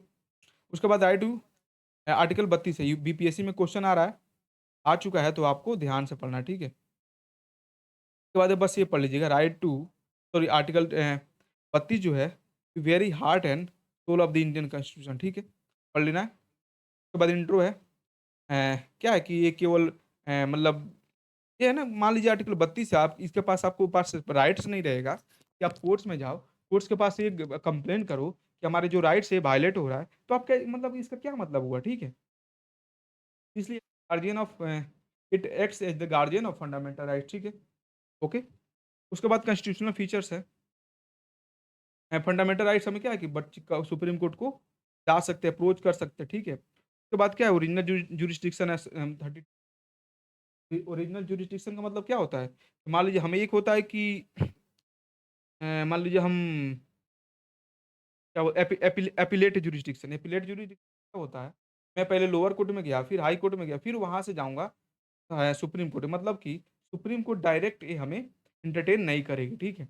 बट क्या है कि ओरिजिनल जुरिस्डिक्शन में मैं ये सब मतलब हाई कोर्ट को स्किप कर सकता हूँ, डायरेक्ट सुप्रीम कोर्ट में जा सकता हूँ, ठीक है। ये क्या है कि अवेलेबल ओनली फॉर आर्टिकल, देखिए आर्टिकल 32 और अगर 226 में आए तो इस ये क्या है, आर्टिकल 32 केवल फंडामेंटल राइट्स के लिए। बट क्या है कि आर्टिकल 226 में जो हाई कोर्ट के जो राइट्स है, वो है कि उसमें कॉन्स्टिट्यूशनल राइट्स भी, लाइक राइट टू प्रॉपर्टी, है ना, राइट टू वोट नहीं है, बट यूनिवर्सल एडल्ट फ्रेंचाइज है, आर्टिकल 326 325। अगर इसमें धांधली कोई होती है तो इस पे हम पीआईएल फाइल करके कोर्ट में जा सकते हैं, ठीक है, ओके।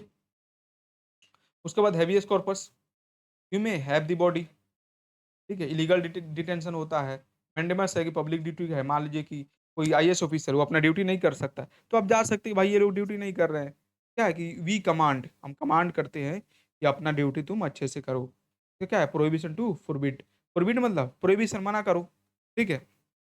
मतलब ये है कि मान लीजिए कोई, मान लीजिए मैं मान लीजिए कोई जुडिस पटना, मतलब पटना हाई कोर्ट है, ठीक है। तो पटना हाई कोर्ट किसी बात पे जजमेंट कर रही है और उस केस को एंटरटेन कर रही है, बट सुप्रीम कोर्ट कोर्ट तक ये खबर पहुंचती है कि ये इनके जुरिस्डिक्शन में नहीं आता है, ये लोग अपना जो भी जुरिस्डिक्शन है वो ओवर रीच कर रहे हैं, तो उसमें क्या करेगी, उसमें सुप्रीम कोर्ट इनको डांटेगी और वो केस अपने आप से खुद से एंटरटेन करेगी, ठीक है। उसके बाद सर्सियरी, ये मतलब देखो सेम सेम कंसेप्ट है, बट यहाँ पे क्या डिफरेंस है कि इसमें गाइस, इसमें ऑलरेडी जस्टिस मतलब जजमेंट सुनाई जा चुकी है, ठीक है। उसके बाद को ओरांटो बाय व्हाट अथॉरिटी, ठीक है। वही है कि पब्लिक ऑफिस, मान लीजिए मैं जाकर किसी भी ऑफिस, जैसे सुनते हैं ना फर्जी आईएएस, पर्टिकुलरली हमारे, मैं बिहार से हूँ तो बिहार में बहुत ज़्यादा होता है, फर्जी आईएएस सुने होंगे, एक और मुखिया की बेटी थी, और क्या बोलते हैं, एक और आईपीएस जो बना था वो जो घूम रहा था ऐसे, तो ऐसा है ना तो वही है कि कोअरेंट भाई मतलब इलीगल ऑक्यूपेशन यही सब है, ठीक है। आर्टिकल 32 और 226 में अंतर है, जो लीगल राइट्स मैंने बोला ना, कॉन्स्टिट्यूशनल राइट्स भी हो सकता है। सिग्निफिकेंस क्या है, इससे है कि अगर ये नहीं रहेगा तो मतलब ये प्रोटेक्ट करता है हमारे फंडामेंटल राइट्स को, जुडिशियल रिव्यू का पावर मिलता है, रूल ऑफ लॉ एस्टैब्लिश होता है, और आर्बिट्रेरी एक्शन जो स्टेट एक्शन है उसके अगेंस्ट ये हमें राइट्स मिलता है, ठीक है। कॉन्स्टिट्यूशनल गवर्नेंस को एस्टैब्लिश करने में हेल्प मिलती है, ठीक है। पीआईएल है, देखिए पीआईएल है, तो पीआईएल मतलब देखिए सबसे पहले तो ये है कि ये जो भी कॉन्स्टिट्यूशनल गवर्नेंस है वो स्ट्रेंथन करने में हेल्प मिलती है, ठीक है। सेपरेशन ऑफ पावर है। पीआईएल क्या है? इसी से पीआईएल डेवलपमेंट हुआ। मतलब ये है कि मान लीजिए एक होता है ना पब्लिक इंटरेस्ट लिटिगेशन, मतलब एक मान लीजिए कोई यहाँ पे मान लीजिए मैं अभी पटना में रहता हूँ और गाइस जो भी महेंद्रू में है उनको पता होगा कि यहाँ पे जब हाट में जाइएगा ना तो पूरा कूड़ा कचरा क्या जाता है आपको है ना, पैर में जाइएगा सब्जी किने तो बारिश में कीचड़ में पूरा हो जाएगा, जूता पहन के गए तब तो खत्म है।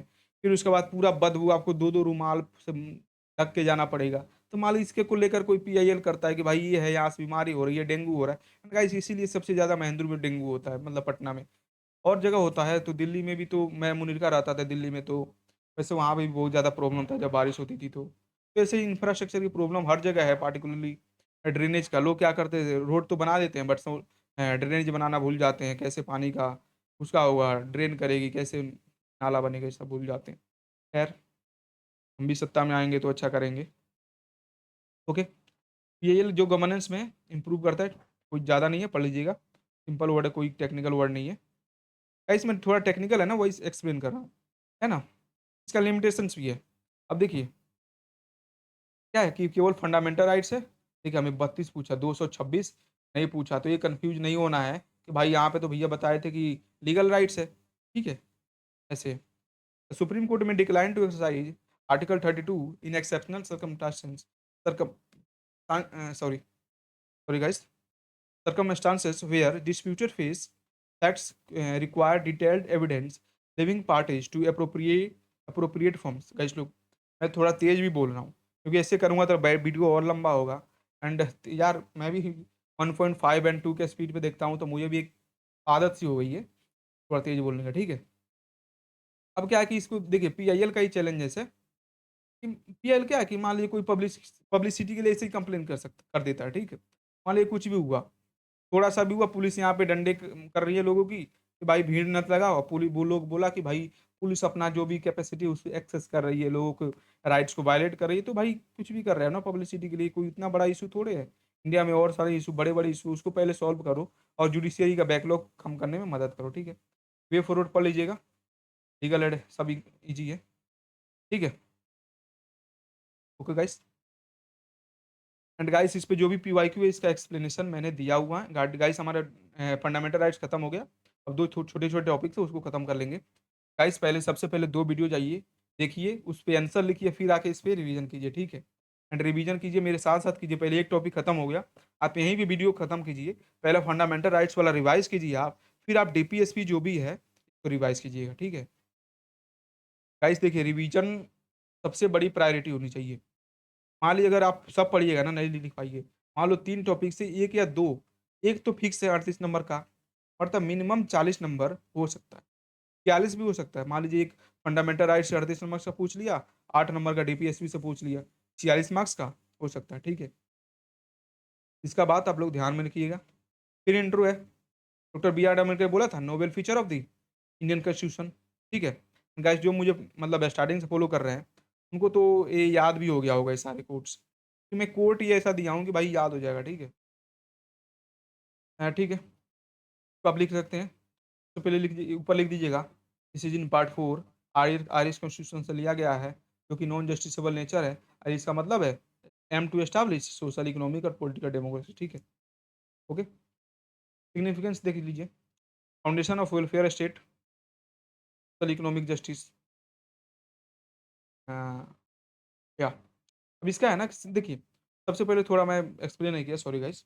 देखिए डीपीएसपी का मतलब है कि जब हमारा कॉन्स्टिट्यूशन बन रहा था, तो जब कॉन्स्टिट्यूशन मतलब बनाया जा रहा, तो इसमें क्या है ना कि इसमें आइडियल बातें हैं, ठीक है।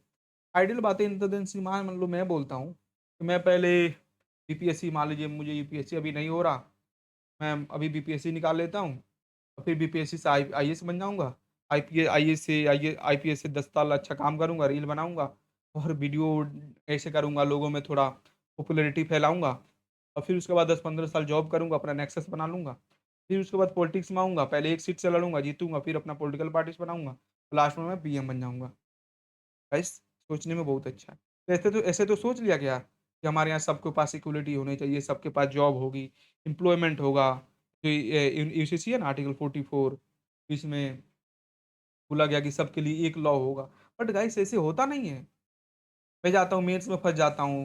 ये मान लीजिए बीपीएससी यूपीएससी मेंस में कहीं कभी पीटी नहीं निकलता है, ठीक है? फिर उसको मान लीजिए मैं यूपीएससी निकाल लेता बीपीएससी निकाल लेता हूँ, डीएसपी बन जाता हूँ। फिर मान लीजिए फिर मेरा यूपीएससी नहीं निकलेगा, फिर जो ड्रीम था वो टूट जाएगा। मान लीजिए 2 साल के बाद यूपीएससी निकाल लिया, फिर तब तक उम्र 30 32 35 साल हो जाएगी। फिर उसके बाद मान लीजिए 10 साल जॉब के 40-45 हो जाएगा, फिर फैमिली आ जाएगी, फिर छोड़ो अब पॉलिटिकल का वो। ये सब होता है कि जो है ना प्लान सब कोई करता है बट सबका काम नहीं करता, ठीक है? तो ऐसे बना दिया गया। अब हुआ इसके पास पैसा नहीं है, हमारे पास इतनी रिसोर्सेस नहीं है कि सबको एग्जीक्यूट किया जाए, ठीक है? तो क्या किया गया कि चलो फंड देखो 2 है, फंडामेंटल राइट्स पहले अगर ए होता तो दोनों एक ही पार्ट रहते। तो क्या हुआ इसको अलग पार्ट से बनाया गया। क्या इसमें हम क्या करेंगे, ये जो हम जब जब हमारे जैसे-जैसे पैसा होते जाएगा, जैसे-जैसे हमारी सोसाइटी एडैप्टेबल बनती जाएगी, जैसे-जैसे हमारी मतलब है ना उतना हम उस लेवल तक पहुँच जाएँगे, तो हम धीरे-धीरे सारी चीज़ों को एग्जीक्यूट करते जाएँगे, ठीक है? तो वही है, मतलब है कि हमारे आइडियल स्टेट बनाना, क्या है कि वेलफेयर स्टेट बनाना, सोसाइटी के सोशल इंक्लूसिविटी प्रमोट करना है, इकोनॉमिक जस्टिस है कि हर के पास एम्प्लॉयमेंट हो, पैसा हो, सोसाइटी में इक्वलिटी हो, हर किसी के पास जॉब हो, है ना? जस्ट एक्सेसिबिलिटी हो, जुडिशरी में एक्सेसिबिलिटी हो, हर किसी के पास राइट्स हो, एजुकेशंस हो, एनवायरनमेंट अच्छा हवा हो, अच्छा पानी हो। तो यही है ना सोसाइटी सोशल में, इकोनॉमिक में। पॉलिटिकल में आर्टिकल 326 हो कि मतलब हर किसी के पास वोट देने का अधिकार हो। आर्टिकल 325 हो कि हर किसी का इलेक्टोरल रोल में अपना नाम हो, है ना? अभी जैसे बोल रहा था क्या बोलते हैं स्पेशल इंटेंसिव रिवीजन चल रहा है तो उसपे आप कनेक्ट कर सकते हैं, ठीक है? उसके बाद क्या है कि हमारी जो गवर्नमेंट है अकाउंटेबल हो आर्टिकल जो है आर्टिकल 75 है, आर्टिकल 164 है, जो है ना जो भी हमारी गवर्नमेंट है वो पार्लियामेंट में और स्टेट लेजिस्लेटिव असेंबली में अकाउंटेबल है। आर्टिकल 75 लोकसभा के लिए, आर्टिकल 174 64 इसके लिए लेजिस्लेटिव असेंबली के लिए, ठीक है? हो गया? अब आते हैं वेलफेयर स्टेट में सिग्निफिकेंस क्या है? सिग्निफिकेंस क्या है कि अच्छा है, ठीक है? सोशल एंड इकोनॉमिक जस्टिस को foundation of welfare state promote करता है। जैसे हम क्या है कि नेशनल फूड सिक्योरिटी एक्ट 2013 लाए। इससे क्या है कि लोगों तक हम फ्री राशन पहुँचाएँगे। अभी हम पीडीएस देखते हैं, क्या प्रधानमंत्री अन्न अन्नदाता है ना, यही योजना है जिससे हम हमें 5-5 किलो राशन मिलता है। तो क्या है कि नेशनल फूड सिक्योरिटी है, सबको भोजन मिले क्योंकि बेसिक नीड है, ठीक है? उसके बाद क्या है कि ये इंस्ट्रूमेंट ऑफ सोशल ट्रांसफॉर्मेशन है। ये क्या है कि फाउंडेशन वेलफेयर स्टेट को फाउंडेशन करता है। ये क्या है एक सोशल ट्रांसफॉर्मेशन का सॉरी गाइस एक ये अभी खाना खाया हूँ तो थोड़ा थकार आ रहा है, करके पढ़ना भी है, लाइब्रेरी भी जाना है, ठीक है? तो आर्टिकल 46 ये क्या करता है रिजर्वेशन देता है एससी-एसटी को, ठीक है? आर्टिकल 46 यही है ना रिजर्वेशन एससी-एसटी को, फिर मतलब ये तो देता है। फिर उसके बाद क्या है कि आर्टिकल वही 15 क्लॉज़ 3, 4, 5 ऐसे लिख सकते हैं। एग्ज़ाम्पल में और नीचे बस इतना लिख दीजिए, एग्ज़ामिनर है ना सबको उसको पता होता है। एक तो वही एक ही कॉपी चेक करेगा, वही कंटेंट देखेगा, तो आपको पूरा पढ़ेगा ही नहीं। इसीलिए मैं बोलता हूँ कि एक-एक लाइन देखो, एग्ज़ाम्पल दो, ब आगे बढ़ो, ठीक है? कॉपी भरो बस। एग्ज़ाम्पल के साथ कम लिखो, ये नहीं कि कुछ भी लिख दो। कॉपी भरने का मतलब ये नहीं कविता लिखो। पॉइंट जितना हो सके मल्टी डायमेंशनल लिखो, पॉइंट पे ही नंबर मिलेगा। Bridge between political and economic democracy, ठीक है? पॉलिटिकल से तो मान लो इससे मिल जाता है, बट इकोनॉमी से क्या है, ये सबके पास राइट्स। इकोनॉमिक डेमोक्रेसी का मतलब क्या है कि हर किसी के पास पैसा हो, यही है ना वो।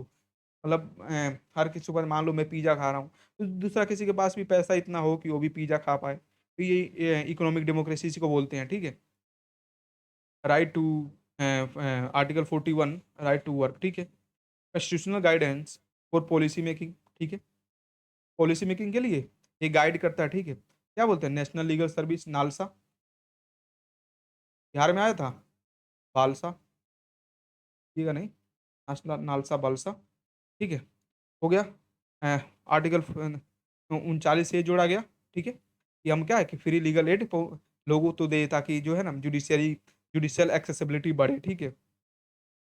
उसके बाद क्या है कि डिसेंट्रलाइजेशन आर्टिकल 14 क्या बोलता है पंचायत डिसेंट्रलाइजेशन बढ़ाए। देखिए आपको है ना ये सब लिखते समय आपको जो आर्टिकल है ना वो याद रहना चाहिए, फिर उसके बाद आप पॉइंट जनरेट करके लिख सकते हो, ठीक है? उसके बाद क्या है आर्टिकल 48 है क्या है इन्वायरमेंट बोलता है, तो इन्वायरमेंट प्रोटेक्ट करता है, यही है ना? पहले वो सीख लो फिर इसको बोलो। इन्वायरमेंट है, इन्वायरमेंट प्रोटेक्ट करता है, national clean air programme. National environment programme, forest conservation act 1980, है ना, ऐसे ऐसे लिख सकते हो। ग्रीन इंडिया मिशन, है ना, मैनग्रोव को प्रोटेक्ट करने के लिए मिस्टी मिशन, ठीक है। उसके बाद कोस्टल डेवलपमेंट जोन ऐसे बना रहे हैं, ये सब है ना करेंगे। कोरल रीफ को प्रोटेक्ट करना, ये सब क्या इन्वायरमेंट ही तो है, ठीक है। एंड जल शक्ति मिशन, ठीक है, हमारा ग्राउंड वाटर जो भी है उसको प्रोटेक्ट करना। इंप्रूव लेबर वेलफेयर, 42 43, देखिए 41 है, 42 है, 43 है, चलिए ये तीनों में कन्फ्यूजन होता है, बताइए। सबसे पहले राइट टू वर्क, सबसे पहले वर्क चाहिए, फिर जब वर्क मिल गया तो हमें चाहिए कि जो हमने कंडीशन है ना वो अच्छा हो, तो ह्यूमेन कंडीशन, ठीक है। इसमें मैटरनल रिलीफ भी आता है, ठीक है। तो इसमें आता है राइट टू लाइवलीहुड, मतलब एक होता है ना, इसी के तहत मान लीजिए कि अभी कितना हुआ, वीवी जी राम, वीवी जी राम जी, जो एम जी नरेगा को हटाकर, एंड गाइस इधर जो एम जी नरेगा था इसको चेंज कर लीजिएगा, वीवी जी राम जी लिख दीजिएगा, ठीक है। ओके, तो या इसमें 346 से 76 कर दिया, तो ये राइट टू लाइवलीहुड, मतलब इतने होद है। फिर उसमें क्या है, लेबर वेलफेयर में कोड ऑफ सिक्योरिटी वेज 2020 है, ठीक है। इंटरनेशनल पीस आर्टिकल 51 है। अब क्या करता है, नेशनल सोरल है, CD centre disaster resilience, CD are initiative, CDRI, ठीक है, कर सकते हैं। इंडिया G20 का मिशन किया, ठीक है। हमारा जो नेशनल डिटर्मिन्ड कंट्रीब्यूशन है COP 26 में ना किए थे। उसके बाद हम एक्टिविटी पार्टिसिपेंट E20 प्रमोट कर रहे हैं। ये सब क्या है, एक ग्लोबल लेवल पे लाइफ मिशन लाइफ लॉन्च किए हैं, सब क्या है, ये सब यही तो है। नॉन जस्टिसिएबल नेचर, ठीक है। Citizen can not directly enforce DPSP in courts, ठीक है। मतलब ये है ना कि ये DPSP है, डायरेक्टली इन्फोर्सिबल थोड़े है, जस्टिसिएबल थोड़े है, ठीक है। रिसोर्स कंस्ट्रेंट है, हमारे पास पैसा ही नहीं है। मतलब ये कि पहले ही बताया था कि जस्टिसिएबल नहीं है, तो एक क्रिटिसिज्म हुआ ना, इसको जस्टिसिएबल बनाते। तो मान लीजिए मुझे मुझे मैं अभी बेरोजगार हूँ, मैं गवर्नमेंट पे कंप्लेन करता है कि भाई मुझे रोजगार चाहिए, इतना रोजगार दो कि मुझे दाल रोटी चल जाए, कपड़ा मिल जाए, मुझे IAS नहीं बनना, मुझे ये नहीं बनना, मुझे अभी तक सेटिस्फेक्शन के लिए मुझे एक बस जॉब चाहिए। बट ये हमारे पास है ही नहीं, हम गवर्नमेंट के अगेंस्ट डिमांड कर ही नहीं सकते हैं, सीधी कंसर्न, ओके। फिर उसके बाद पहले ही आपको बताया कि हमारे पास पैसा कौड़ी नहीं है कि हम कुछ कर सके। मान लीजिए यूनिवर्सल हेल्थ केयर तो है, बट हमारे पास पैसा ही नहीं है, इंफ्रास्ट्रक्चर पर बिल्ड करने के रिसोर्सेस ही नहीं है, डॉक्टर को सैलरी देने के लिए पैसा ही नहीं है, R&D पर रिसर्च करने के लिए पैसा ही नहीं है। हमारे गाइस को आपको फैक्ट देता देता हूँ, नेशनल हेल्थ मिशन 2017 के अकॉर्डिंग हमें 2.5% अपना का GDP अपने इस पे करना चाहिए, बट अभी भी हमारा 1.8 है। 2017 में विजन किया गया था कि इतना करना, बट 1.8 ही है, ठीक है। कन्फ्लिक्ट विद फंडामेंटल राइट्स, ठीक है। अब लैंड रिफॉर्म्स किए थे हम, कि जो भी इकोनॉमिक डेमोक्रेसी को एस्टैब्लिश करने के लिए लैंड रिफॉर्म्स करते हैं, ताकि जो भी लैंड है इक्वली डिस्ट्रीब्यूट हो जाए। क्योंकि ब्रिटिशर्स क्या थे, जमींदारी सिस्टम लाए थे, परमानेंट सेटलमेंट लाए थे, महलवारी लाए थे, रईतवारी लाए थे। तो इसमें कुछ लोगों के पास जो ही जमीन जमीन था, लैंड था, कंसंट्रेट हो गया था। तो इसको हम लोग डिस्ट्रीब्यूट करने के लिए लैंड रिफॉर्म्स करना का आप विनोबा भावे का नाम सुने होंगे, ठीक है। कंपेन किए थे वो, भूदान मूवमेंट। आप जिस एग्जांपल है ना, एग्जांपल जितना दीजिएगा, आप जितना पढ़िएगा ना गाइस, जितना रिवाइज कीजिएगा, इससे आपको एग्जांपल दिमाग में छपते जाएगा। आप जितना पढ़िएगा वो एग्जाम, भूदान मूवमेंट लॉन्च किए थे, ठीक है। तो ये फंडामेंटल राइट जब उस समय हुआ, तो ये लोग बोले कि भाई ये तो मतलब यही है ना, शायद फर्स्ट कॉन्स्टिट्यूशनल अमेंडमेंट जो नेहरू लाए थे, इसलिए लाए थे कि 9 शेड्यूल इंसर्ट किए ताकि इसमें है ना लैंड रिफॉर्म ऐड किया जा सके, ठीक है। तो है, तो क्या क्या हाँ, तो ये है कि DPSP इंप्लीमेंट करते हैं तो कुछ लोग कोर्ट में चले जाते हैं, भाई ये हमारा फंडामेंटल राइट्स इन्फ्रिंज हो रहा है, तो ऐसे मत करो, ठीक है। उसके बाद इम्प्लीमेंटेशन चैलेंजेस हैं। मान लीजिए हम, जैसे मान लीजिए कर्नाटका है, ठीक है। कर्नाटका में 100% एजुकेशन लिटरेसी रेट है, डिजिटल लिटरेसी भी 100% हो गई है। फिर उसके बाद वहाँ पे हेल्थ केयर की सुविधा अच्छी है, इंफ्रास्ट्रक्चर है, तो वहाँ पे पैसा है वो लोग कर रहे हैं। क्या है कि अनइवन है। फिर उसके बाद रूरल रूरल और अर्बन डिवीजन देख सकते हैं। अर्बन में ही हॉस्पिटल्स है, बट रूरल में थोड़े है, हॉस्पिटल्स भी है तो वहाँ पे स्पेशलिस्ट नहीं है।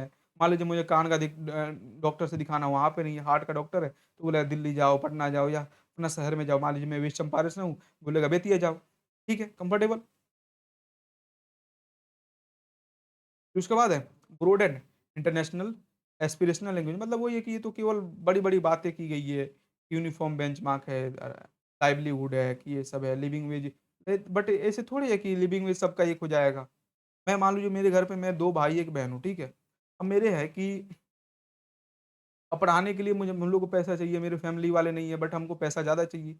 जो बच मान लीजिए एक और आदमी है जिनके पास 1 बच्चा है, उनको पढ़ाने के लिए पैसा अलग चाहिए, खर्चा अलग चाहिए, ठीक है? जो शहर में रह रहा है उसके लिए अलग चाहिए लिविंग वेज, जो गाँव में रह रहा है उसके लिए अलग चाहिए, ये सब है। फिर पॉलिटिकल प्रायोरिटीज़ क्या है कि जब इलेक्शन आता है, तो जो भी पॉलिटिकल पार्टीज़ है, वो केवल शॉर्ट टर्म में इलेक्टोरल गेन के लिए करते हैं। देखिए, ऐसे आप वर्ड यूज़ कीजिएगा ना, वर्ड का selection short term, electoral gain, तो ऐसे आपको मार्क्स अच्छा खासा मिलेगा। बट इनका है ना लॉन्ग टर्म के कॉन्स्टिट्यूशनल गोल्स पे फ़ोकस नहीं करते। मान लीजिए ये है ना, जैसे बिहार में या ये झारखंड में था, माँ-बहिन योजना, फिर उसके बाद लक्ष्मी बेटी योजना झारखंड सॉरी मध्य प्रदेश में था। फिर उसके बाद वही है कि महाराष्ट्र में भी था, तो ऐसे बहुत सारे हैं, वेलफेयर केवल इलेक्टोरल गेन के लिए कर रहे हैं, instead of long term constitutional goals, ठीक है? गवर्नेंस चैलेंजेस है, ठीक है? यहाँ पे ना कुछ-कुछ राइट्स को अभी ठीक है बट जो भी इमर्जिंग राइट्स हैं, प्रॉब्लम्स हैं उसे इश्यूज़ को एड्रेस नहीं करता है। जैसे मान लो डिजिटल राइट्स है, हमारे यहाँ क्या है कोई आर्टिफिशियल इंटेलिजेंस है, फेशियल रिकॉग्निशन है, सर्विलांस है, इंटरनेट शटडाउन्स है, सब थोड़े होता है। क्लाइमेट प्रॉब्लम है, एनवायरनमेंट है, सब लोग बहुत एक वो है न्यूज़ पिंच, कुछ-कुछ डॉक्यूमेंट्री लाते हैं, उनका अच्छा होता है देखिएगा आप लोग। मैं प्रमोट नहीं कर रहा हूँ बट मैं देखता हूँ, मुझे जो अच्छे हैं ना उनका देखता हूँ मैं, ठीक है? उसके बाद इवॉल्विंग पॉलिसी चाहिए, राइट? उसके बाद है ये state of Madras versus Champakam Dorairajan case. क्या है कि अब मान लीजिए कंक्लूजन में है ना 1-2 केस लिख दीजिएगा ना तो हो जाएगा, बाकी इतना नहीं चाहिए।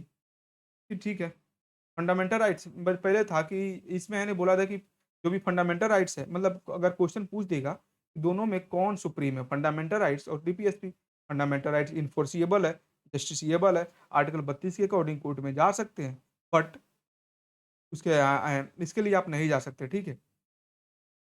Minerva mill case balance between fundamental rights and DPSP is an essential feature of constitutional, ठीक है? पढ़ सकते हैं आप। उन्हीं Krishna case right to education पढ़े थे हम लोग, है ना? मैंने बोला था ना 2-3 राइट करिए, आपका हो जाएगा।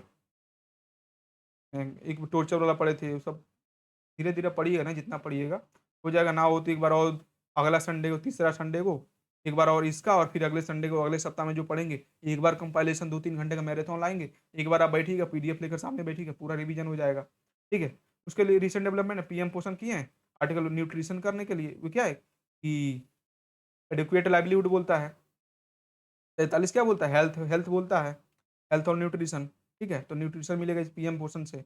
नेप से एजुकेशन बोलता है, आर्टिकल 45 बोलता है, राइट टू वर्क है, हम एजुकेशन प्रोवाइड करेंगे तो स्किलिंग होगी, स्किलिंग से हमारे पास मतलब ऐसे डेटा बढ़ेगा, डेटा से जो भी मल्टीनेशनल ग्लोबल कंपनीज़ है, यहाँ पे आएगी, फिर यहाँ पे फैक्ट्री एस्टैब्लिश करेगी, हम मैन्युफैक्चरिंग में करेंगे, एम्प्लॉयमेंट मिलेगी, ठीक है?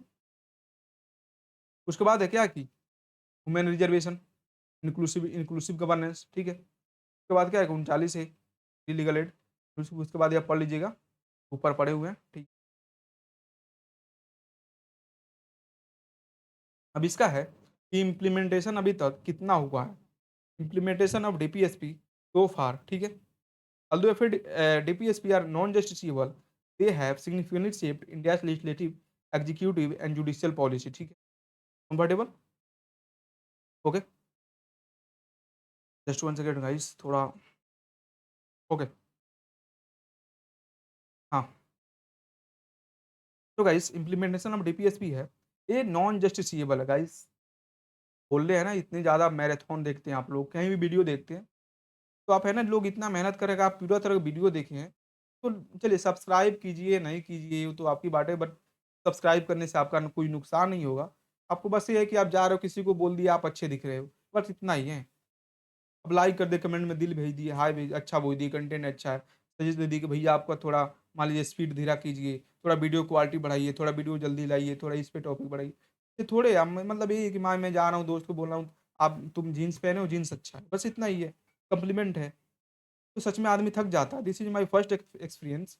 पता नहीं कैसा वीडियो बन रहा है अब, कैसा वॉइस जा रही है, कैसा पिच जा रही है मेरी जो भी है, कैसा स्पीचिंग है, मतलब वो है, स्पीच है, उस पे है।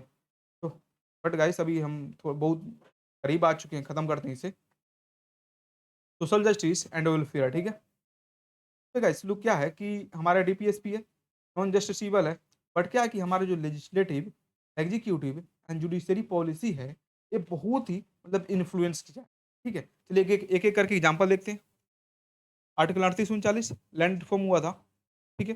ज़मींदारी सिस्टम को हुआ, रिजर्वेशन पॉलिसी, एससी-एसटी का ओबीसी हुआ, प्रॉपर्टी एलिवेशन मतलब क्या social justice and welfare. Social justice में यही है ना कि सोशल मतलब इक्वालिटी करो, सोशल डेमोक्रेसी मतलब ये है ना सोशल इकोनॉमिक डेमोक्रेसी में कि मतलब सबसे करो, रिजर्वेशन लो, रिजर्वेशन दो ताकि सब कोई एक होता है ना इक्वलिटी बिफोर लॉ, एक होता है इक्वल प्रोटेक्शन ऑफ लॉ।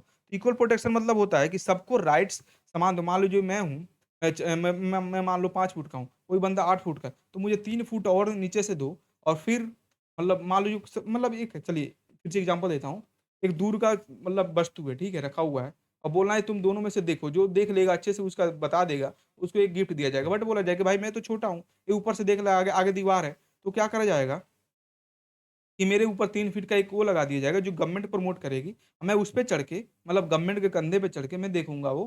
चलो हाँ, तब देखेंगे तब तो आँख की टेस्ट होगी ना। तो इसीलिए रिज़र्वेशन जो एजुकेशन में दिया जाता है, तो इसलिए दिया जाता है, ठीक है? कभी-कभी हम क्रिटिसाइज़ करते हैं बट हमें ये भी सब भी समझना चाहिए, ठीक है? पीएम गरीब कल्याण अन्न योजना, नेशनल फूड सिक्योरिटी एक्ट, ठीक है? ये सब है। फूड सिक्योरिटीज़ क्या है? एडिक्वेट लाइवलीहुड आर्टिकल 39, ठीक है? पीएम गरीब कल्याण योजना, ठीक है? भोजन सॉरी भोज में बोल रहा था। तो ठीक है, right to work and livelihood 41, right to work, right to livelihood, employment guarantee करना, स्किल देना, ठीक है? जो अभी इसको आप चेंज करके वीबीजी राम जी, ये चेंज कर लीजिएगा, ठीक है? इसमें स्पेस रहेगा, ठीक है?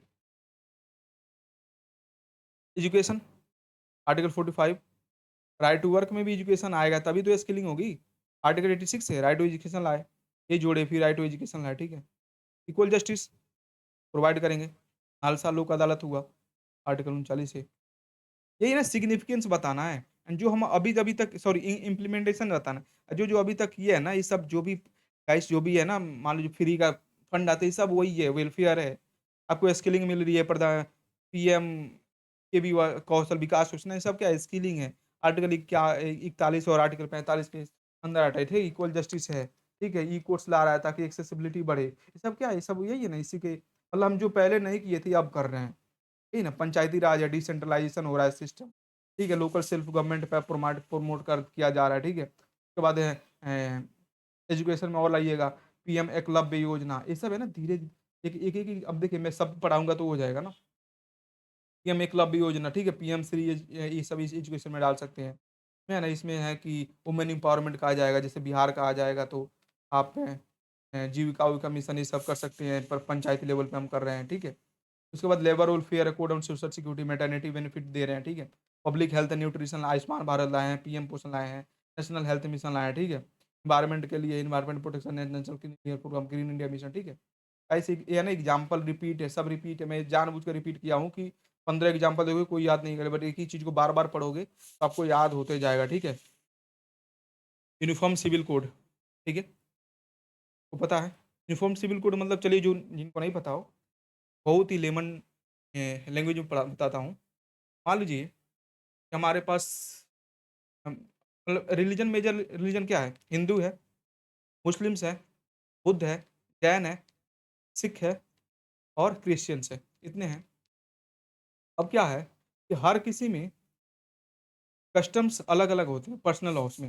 हिंदू की शादी अलग तरीके से होती है, मुस्लिम्स की शादी अलग तरीके से होती है, ईसाई की शादी यानी सिख की शादी अलग होती है, क्रिश्चियंस की शादी अलग होती है, ठीक है? तो ऐसे होते हैं। फिर उसके बाद इनमें मान लीजिए तलाक है, अलग होता है। उसके बाद और सब राइट्स है, वुमेन्स का राइट्स लेकर अलग होता है। तो कोई ऐसा मतलब मान लीजिए रूल्स होता है जिसमें ह्यूमन डिग्निटी को वायलेट किया जाता है। मतलब एक होता है ना, एक ऐसा कि मान लो अपना खून चढ़ाओ, तो ये तो भाई गलत है ना ये। ह्यूमन राइट्स का वायलेशन है कि आप हाथ कट के किसी पे खून चढ़ा रहे हो। ये सब है इसको करना चाहिए। तो इसलिए बोला गया कि हम एक ऐसा कस्टम्स लाएँ जो सबके लिए इक्वल हो, हर कोई वही फॉलो करे ताकि एक इंडिया में एक यूनिटी हो। अगर कोई शादी अगर मान लो ये हो कि एक शादी को देखकर अब मान लो विदेश में कोई शादी हो रहा है, तो वो देखकर अब किसी को लग जाए कि चलो ये इंडिया का जीआई टैग टाइप का है, ठीक है? वैसे for international peace, international solar आया G20 प्रेसिडेंसी, ठीक है? फिर उसके बाद चैलेंजेस, ठीक है। सबसे पहले नॉन जस्टिसिएबल है, ये ना, ये जो यूसीसी है नहीं हो रहा है, बट गाइस अभी पहले आपसे एक प्रीलिम्स लेवल का क्वेश्चन है। सबसे पहले कौन किया था? उत्तराखंड, ठीक है। फिर उसके बाद गुजरात, असम, फिर अब मध्य प्रदेश, ठीक है। फाइनेंशियल कंस्टेंट, हेल्थ एक्सपेंडिचर, मैं बोला था ना अभी, ये तो ऐसे है, बट 1.8% है। नेशनल हेल्थ मिशन 2017 के अकॉर्डिंग 2.5% होना चाहिए। फिर उसके बाद फेडरल चैलेंजेस है, ठीक है। उसके बाद एक मान लीजिए डीपीएसपी क्या, हेल्थ, हेल्थ क्या है, किस में आता है? हेल्थ एक स्टेट सब्जेक्ट है ना। तो ये स्टेट की है। अब मान लीजिए बिहार में अलग स्टेट्स की स्टेट से, मान लीजिए हम बिहार के लोग हैं, दिक्कत होता है तो यूपी में जाते हैं, दिल्ली में जाते हैं। ये सब एक तो और फेडरल इशू चैलेंज करता है कि मान लीजिए दिल्ली वाले बोलते हैं कि एक बार केजरीवाल सर बोले ही भी थे, बिहारी आकर यहाँ पे इलाज कराते हैं, पता ना क्यों बोले, पर ठीक है, बोले थे, ठीक है। Political priorities, uneven progress in labour reforms and across state, ठीक है। एडमिनिस्ट्रेटिव कैपेसिटी, ठीक है। डिले इन में, मान लीजिए हमारे पास क्या है, वर्कफोर्स की कमी है। भले गवर्नमेंट बोलती है कि सरकारी नौकरी कितना दे, बट अभी भी दूसरे कंट्री से कंपेयर करें तो हमारे यहाँ सरकारी नौकरी अगर किया जाए तो अभी हर साल, मतलब पिछले 5 साल, मतलब अगले 5 साल 1-1 लाख की वैकेंसी आएगी, नहीं नहीं। बट ठीक है, हमारे पास बोलते हैं कि फिजिकल डेफिसिट है, क्या ही कर सकते हैं, जस्ट सर्वाइव कर रहे हैं उसी में, 500,000 सीट के लिए लड़ रहे हैं, ठीक है। कन्फ्लिक्ट विथ कंपीटिंग इंटरेस्ट, ठीक है। फिर उसके बाद क्या होता है कि एक तरफ हम डेवलपमेंट गोल की बात कर रहे हैं, मान लीजिए अभी हैदराबाद में देखा होगे आप, या अरावली में अभी इंफ्रास्ट्रक्चर की बात हो रही थी, बट क्या है कि उसके बाद डेवलपमेंट इन्वायरमेंट के लिए जो भी एक्टिविस्ट है वो सामने आए कि नहीं, इन्वायरमेंट जो भी अरावली है, उसको नहीं कर सकता, हैदराबाद में हुआ। जैसे आप देखे थे ना कि एक रील वायरल हो रहा था कि चिड़िया मोर रात को रो रहे हैं, ये सब इश्यूज है। उसके बाद social and cultural barriers, person gender inequality despite constitutional guarantee of equal pay and, देखिए अभी तो हम गारंटी दे रहे हैं, देखिए मैटरनिटी बेनिफिट लिव भी दिए हैं, बट क्या है ना कि मैटरनिटी बेनिफिट में जो एम्प्लॉयर्स है ना, वो नहीं रखते हैं ज़्यादातर, बोलते हैं यार इनको तो ये देना पड़ेगा, इसलिए वेजेस भी कम देते हैं, सोशल सिक्योरिटी लेने में भी प्रॉब्लम्स होती हैं, वो सब है। उसके बाद जुडिशियल बैलेंसिंग है।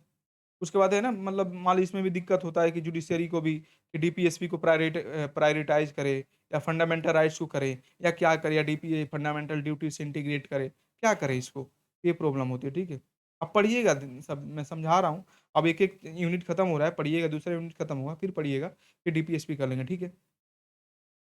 DPSP do not emerging governance issues, अभी एआई को थोड़ा करता है, डेटा प्रोटेक्शन थोड़ा करता है। जो पॉपुलेशन एजिंग हो रही है गाइस 2050 के बाद, हमारा जो जो भी है डेमोग्राफिक डिविडेंड हमारे फेवर में है, it will start declining, and शायद 12% हो जाएगा एजी ओल्ड एजिंग पॉपुलेशन, यानी कि 60 साल प्लस में, ठीक है।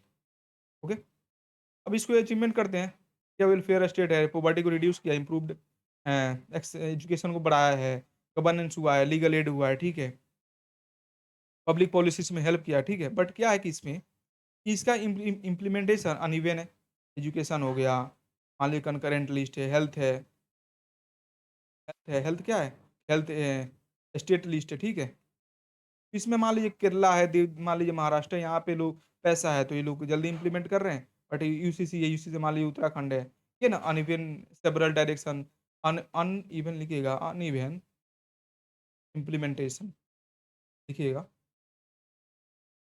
पढ़ लीजिएगा। फिर यूसीसी देख लेते हैं, यूडिटी वही है ना कि लाइक मैरिज हो गया, डिवोर्स हो गया, इनहेरिटेंस हो गया, एडॉप्शन हो गया, ठीक है। रिलीजन के अचीवमेंट मतलब छोड़कर एक कॉमन होना चाहिए कि हर किसी के पास शादी हो, डिवोर्स हो, इनहेरिटेंस हो, एडॉप्शन हो, ये सब सेम हो सबके लिए, ठीक है। हो गया, आर्टिकल 45 में है, पार्ट 5 का पार्ट है।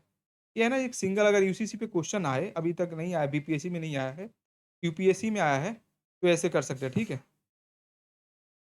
रिसेंट डेवलपमेंट 2024-24 में उत्तराखंड वही है ना, उत्तराखंड, बाकी ये पढ़ लीजिएगा कि क्या बोलते हैं, एसटी के लिए नहीं होगा, Assam, Gujarat, north east. Argument in favours of the need for UCC, gender justice हो गया, ट्रू सेकुलरिज्म हो गया, national integration, simplification of legal system, ठीक है। वही है कि मतलब जेंडर जस्टिस प्रमोट कर रहा है, ट्रू सेकुलरिज़्म है। नेशनल इंटीग्रेशन प्रमोट करेगा मतलब एक जैसा रूल होगा। सेकुलरिज़्म होगा कि मान लीजिए रिलीजन में एक ही तरफ कोई कोई किसी को ताना नहीं करेगा कि तुम्हारे रिलीजन में ये होता है, ये होता है। लीगल सिस्टम में होगा कि जुडिशरी को हर मान लीजिए है ना कि मान लीजिए अगर मुस्लिम का केस जाए, तो वहाँ पे मतलब उसके एक्सपर्ट को बुलाया जाता है। बट ऐसे वो तो कॉमन लॉ होगा, तो जो भी जजेस हैं वो सीख लेंगे और एक ही अप्लाई करेंगे, ज़्यादा बर्डन कम हो जाएगा, बैकलॉग कम होगा। फिर उसके बाद है फंडामेंटल राइट्स के साथ कन्फ्लिक्ट करता है। आर्टिकल 25 26 क्या बोलता है? आर्टिकल 25 है कि हम कोई भी रिलीजन हमें जो है उसे फॉलो करते हैं। उसके बाद प्रैक्टिस कर सकते हैं, प्रोपेगेट कर सकते हैं, प्रोफेस कर सकते हैं, ठीक है? आर्टिकल कल्चरल और एजुकेशनल राइट्स है, जो भी माइनॉरिटीज है उसका है। उसका प्लूरलिज्म हमारा क्या है कि हमारा देश है डाइवर्सिटी के लिए जाना जाता है। बट क्या है कि जो जो प्लूरलिज्म है इसको थ्रेट होगा अगर हम ये करेंगे कि अगर एक ही लाएँगे तो लोग क्या बोल रहे हैं, हमारी जो डाइवर्सिटी आइडेंटिटी है, हमारी सच में जो भी डाइवर्सिटी है ना, एक आइडेंटिटी है। ये आइडेंटिटी हमारा स्पॉइल हो जाएगी, ठीक है? एक यूनिफ़ॉर्मिटी एक पैराडॉक्स है। लुक है कि यहाँ पे मतलब एक है कि यूनिफ़ॉर्मिटी आएगी ऐसा कुछ नहीं है। जो भी ट्राइबल को हम एग्ज़म्पशन दे रहे हैं, ये मतलब है कि लुक जो भी उत्तराखंड में अभी हुआ है एग्ज़ाम्पल के लिए, वहाँ पे मतलब जो एसटी है कम्युनिटी, वहाँ पे यूनिफ़ॉर्मिटी मतलब उनको एग्ज़ेम्प्ट किया गया। तो कहाँ से है? हम बोल रहे हैं कि एक one nation one rules UCC, तो यहाँ पे क्यों उनको एग्जम्प्ट कर रहे हो? भाई उनकी तो राइट्स प्रोटेक्ट करनी है। देखिए, मैंने बोला उनको उनको इंक्लूड करो, बट आप एक्सक्लूड क्यों कर रहे हो उनको आप? एक्सक्लूड मत करो, यूनिफॉर्मिटी लाओ। तो इसीलिए क्या है, एक काइंड ऑफ पैराडॉक्स है। पैराडॉक्स का मतलब होता है कि मतलब 2 कॉन्ट्राडिक्टिंग स्टेटमेंट मतलब एक बोल रहा हूँ कि मैं अभी बोला कि मैं अभी खाना खाया, फिर मैं बोला हूँ कि कल 2 दिन से भूखा हूँ। भाई क्या है बोल रहे हो? ठीक है? वही है कि social friction top down implementation, ठीक है? शाहबानो केस आप सबको याद होगा सल्ला मुद्गल, क्या नाम मानो, ठीक है? ये बोला कि राइट टू एलिमनी है, मान लीजिए मुस्लिम में नहीं था बट राइट टू एलिमनी बोला कि भाई ठीक है ये तो मॉडर्न एक कंसेप्ट है एलिमनी है। मॉडर्न क्या कंसेप्ट होना ही चाहिए, तो मैं इसको भी प्रमोट करता हूँ। बट ये है कि अगर वुमेन अगर अर्न करती है उसके पास पैसा सफिशिएंट है, मैं एलिमनी को उसी समय रिजेक्ट भी करता हूँ, ठीक है? अगर आप नहीं करते मान लीजिए गाँव की महिला है, बच्चे हैं, अगर वो डिवोर्स लेती है तो वो कहाँ जाएगी? उसको ना ही पास स्किल्स मिलेगा, ना ही जॉब मिलेगा, ना ही उसको पढ़ाया गया, ना ही स्किलिंग किया गया, तो क्या करेगी वो? तो अब बट ये है कि मान लीजिए अब एक्ट्रेस है, अब एक्ट्रेस कोई तलाक ले रही है, वो तो खुद अर्न कर रही है, ठीक है? अब उसको पैसा मिले, एलिमनी मिले तो भाई वो तो गलत है। खैर, सल्ला मुद्गल ये है ना कि जो बोला गया कि शादी के बाद अब जो ये सब है ना कन्वर्टिंग कर रहे हो, कन्वर्सन ये सब गलत है। और ये है ना गलत बताया इसे सायरा बानो है कि ट्रिपल तलाक मैंने ऐसे होता है मुस्लिम। सॉरी, मैं जहाँ मूवी से मुझे पता चला है, मैं एक्चुअल में नहीं पता है कि शायद बोलेंगे तलाक, तलाक, तलाक तो खत्म, ठीक है? अम्बेडकर जी का कोट है, पढ़ लेंगे। Ambedkar strongly supported the issue, arguing that religion should not have such expensive jurisdiction to govern all civil matters and prevent the legislative from enacting egalitarian and social reform, ठीक है? तो बोलता है कि मतलब एक egalitarian हो, एक समान रूल हो, social reform इसको अगर नहीं करेंगे तो हमारे जो भी लेजिस्लेचर्स हैं, वो अच्छे तरह से इम्प्लीमेंट नहीं कर पाएँगे, ठीक है? वे फॉरवर्ड है, एक जस्ट कोड लाइए ऊपर यूनिफ़ॉर्म कोड। मतलब ये है कि भाई यूनिफ़ॉर्म क्यों लाना चाहते हो? एक जो भी प्रॉब्लम्स हैं, जो भी मान लो मैरिज का इश्यू करना है, तो एक मैरिज करो ना कि एक शादी है, 3 तलाक है, तलाक नहीं कर सकते, एलिमनी का इश्यू है, एलिमनी को कस कर लो, है ना? उसके बाद ये लॉ कमीशन ने बोला था, लॉ किसी कमीशन थर्ड लॉ कमीशन आप लिख सकते हो, थोड़ा वैल्यू मिलेगा। तो वही है कि 23rd लॉ कमीशन ने बोला था कि priority should be eliminating discrimination, मतलब जो गलतियाँ उसे एलिमिनेट करो, अच्छी लाओ। अब पूरा तरह से आप बोल रहे हो कि कम कर दो, भाई ये तो गलत है ना। फिर होता है पीसफुल रिफॉर्म। अब इसमें है कि असम का एग्जांपल दिया जाता है कि शायद नहीं दिया है इसमें। असम क्या है कि पहले है ना धीरे-धीरे कर रहा है। पहले बोल रहा है कि पॉलीगैमी खत्म हो गया, फिर बोला है तलाक-वलाक है, फिर रजिस्ट्रेशन मैरेज करना है। तो धीरे-धीरे है ना ये सब करके इसे बोलते हैं स्टेप लैडर पॉलिसी इसे बोलते हैं। एक बार आप गूगल कर लीजिएगा, ठीक है? क्योंकि मैं आपको गूगल क्योंकि लुक मैं तो अभी तो कर रहा हूँ, ठीक है? बट ये है कि अभी उतना मैं कन्फर्म नहीं हूँ। जो कन्फर्म नहीं हूँ मैं आपको गूगल करने के लिए बोलूँगा, सब स्टेप लैडर ही है। 199% श्योर हूँ, ठीक। फिर उसके बाद बॉटम कंसेंसस।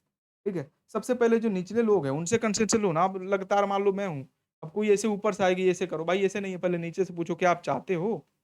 मेरे पिताजी मेरे अपने बच्चों से पूछे कि आप ऐसा करना चाहते हो? अब ऐसा बोले तुम सबको ये करना है, तुम ये करो, तो ये तो गलत है, उनसे पूछो तो अगर मैं बोलता हूँ मान लीजिए मेरी मुझे आईपीएस बनना है, एक मेरी डिसीजन है, तो मैंने अपने घरवालों को बोला कि मुझे करना है, तो बोले ठीक है जाओ करो हमें तो पैसा देना है, बट अब नहीं हो रहा आईपीएस नहीं बन रहा तो मेरी प्रॉब्लम है, अब इसमें किसको ब्लेम दूँ, ठीक है? खैर, ठीक। प्रोटेक्टिंग ट्राइबल ऑटोनॉमी, ठीक है? ट्राइबल ऑटोनॉमी को प्रोटेक्ट करो, इसमें कोई भी गलत नहीं होना चाहिए। अब देखिए बिहार में जैसे उसमें इंडिया है ना, फिर बिहार में भी क्वेश्चन पूछ रखा है ऑलरेडी, तो इसको ध्यान से सुनिए। आर्टिकल 38 है, सोशल जस्टिस वेलफेयर की बात करता है। हमारे साथ निश्चय प्रोग्राम है। इसको है ना एक एग्जाम्पल लिखिए, इसमें poverty reduction expansion, social security ensure करता है, पेंशन इंश्योर करता है, टारगेटेड वेलफेयर है, वल्नरेबल ग्रुप्स है, ठीक है? फिर उसके बाद क्या है आर्टिकल 39 है, 39 एडेक्वेट लाइवलीहुड बोलता है, जीविका हो गया, है ना? रूरल लाइवलीहुड हो गया, जीविका क्यों रूरल कर लीजिए, रूरल मान लीजिए गाँव में लाखों लोगों को, ये millions of women's, rural women's को सेल्फ एम्प्लॉयमेंट प्रोवाइड करता है, ठीक है? उसके बाद आर्टिकल देखिए 39 है ना, देखिए इसमें आपको कन्फ्यूजन होगा, वो होता है जो आप लीगल वाला एड वाला पढ़ रहे हो ना, जुडिशरी वाला, वो कैपिटल ए होता है, ए वाला, ठीक है? तो 39 के small A, educate livelihood, equal pay, gender 35% reservation दे दिया है बिहार में। फिर उसके बाद ये मैटरनिटी बेनिफिट है, लेबर वेलफेयर है। जहाँ तक बिहार का हो, करो और नहीं हो तो आप सिंपल लिखो, एग्जाम्पल ना दो बट ऐसे लिखो कि उस आर्टिकल क्या बोला है, हम ये इम्प्लीमेंट किए हुए हैं। अब आपको बोला है ना मैटरनिटी बेनिफिट बिहार क्यों नहीं इम्प्लीमेंट करेगा? लेबर वेलफेयर क्यों नहीं इंश्योर करेगा? ठीक है? Article 29 A, equal justice and free legal aid, ठीक है? फ्री लीगल एड, बालसा, मैं बोला था ना नालसा, बिहार में हो गया बालसा, कंफर्टेबल। आर्टिकल 40, ठीक है? Article 40 village panchayat, 50% reservation. And guys वैसे तो 1/3 का बात हुआ था, but Bihar is the first state to give 50% reservation to women, ठीक है? ओके। आर्टिकल 21 गाइस खत्म ही नहीं हो रहा अभी तक, शायद 1.5 घंटा हो गया होगा। कोई ना गाइस, वीडियो देखिए, अच्छा से मजा लीजिए, और देखिए गाइस देखिए करिएगा ना तो आपका मेंस आसान हो जाएगा। आपको है ना, आपको उस समय बस प्रैक्टिस करना पड़ेगा, 1-2 कोचिंग। आपको है ना उस समय जब प्रीलिम्स होगा ना, आप कंटेंट के पीछे नहीं भागिएगा कि कंटेंट कहाँ से लाऊँ, कैसे करूँ, है ना? कंटेंट कैसे कर लाऊँ, इकट्ठा कैसे करूँ? आपको बस है कि मुझे पढ़ना है, मेरे पास सब चीज़ है, मैं 1 बार 2 बार रिवीजन कर चुका हूँ, कर चुकी हूँ, और मैं बस यहाँ से लाऊँगी, वो पढ़ूँगी, और जाकर मैं 2 कोचिंग का टेस्ट सीरीज़ जॉइन करूँगी। एंड हो सकेगा तो उस समय अगर पटना आइएगा, उस समय देखेंगे मिनी इनिशिएटिव लॉन्च करेंगे, फ्री ऑफ कॉस्ट होगा ऑफलाइन का भी, एक कहीं मतलब बैठकर अपना प्रैक्टिस करेंगे, जो भी होगा, ठीक है? उस समय लाऊँगा, बाकी मैं भी तो दूँगा ही, ठीक है? साथ में बैठ के प्रैक्टिस करेंगे। ऐसे है ना कि सर वाला मुझे प्रायोरिटी नहीं चाहिए कि बड़ा भाई या जो भी साथ के हो, साथ वाले भाई, ठीक है? या आप मुझसे बड़े हो, छोटा भाई, ठीक है?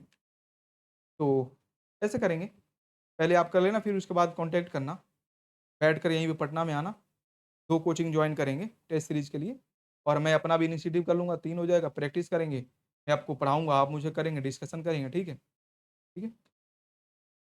चलिए मैटरनिटी बेनिफिट 42 क्या बोलता है? ये बोलता है ना, human condition and maternity relief, ठीक है? यार की होगा ऑफ कोर्स है। आर्टिकल 43 क्या बोलता है? ये कि लाइवलीहुड, कॉटेज इंडस्ट्री, छोटा-छोटा इंडस्ट्री बैठाओ, जीविका मिशन, ठीक है? 45 चाइल्डहुड केयर, आंगनबाड़ी सेंटर, मुख्यमंत्री बिहार साइकिल योजना, ठीक है? 46 सीएसटी का हो गया। Complete prohibition, integrated child development scheme, ठीक है? उसके बाद एनवायरनमेंट, जल जीवन हरियाली मिशन, पे लिख दीजिएगा। अब आते हैं फंडामेंटल ड्यूटीज़ पे। लुक गाइस, फंडामेंटल ड्यूटीज़ पे अभी तक क्वेश्चन तो पूछा नहीं गया है, बट गाइस बट क्या है कि यूपीएससी ने क्वेश्चन पूछ रखा है, ठीक है? और मुझे लगता है कि अब क्वेश्चन इस पे है ना कि ऐसा तो है ना कि हमेशा हर क्वेश्चन इससे आएगा, बट ऐसे क्वेश्चन अगर फंडामेंटल ड्यूटी नहीं करेंगे, देखिए मैं इतना अलग-अलग लिखा हूँ तो अब 1-2 पेज लगा हुआ है, ठीक है? 28, 30, 3 पेज, ठीक है? तो इसमें लगा हुआ है। अब इतने से कर लेने से थोड़ा-सा ज़्यादा पढ़ने नहीं, प्रीलिम्स लेवल ये पढ़ के आप प्रीलिम्स में नहीं पढ़ने की ज़रूरत है, ठीक है? तो करने से क्वेश्चन अगर आता है तो हो जाएगा, तो क्या दिक्कत है?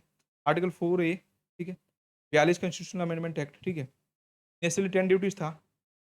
अब एडेप्टिंग में आएगा, देखिए कॉन्स्टिट्यूशनल, देखिए एक एक कंटेंट को है ना, देखिए मैं इंटरलिंक कर रहा हूँ, तो अगर बोलेगा जाएगा कि हमारा कॉन्स्टिट्यूशन कैसे इवॉल्व कर रहा है, तो वही सब ये है ना। पहले सोचा था मान लीजिए सबसे पहले क्या सोचिए, पार्ट वन क्या है, पार्ट वन टेरेटरी है ना, पार्ट टू क्या है, citizenship, part three fundamental rights, part four DPSP, part four DPSP, sorry part four DPSP, part four है फंडामेंटल ड्यूटीज, ठीक है। क्वेश्चन है फिर part six union, part seven states, part, ठीक है, ऐसे ऐसे करके कर सकते हैं, ठीक है।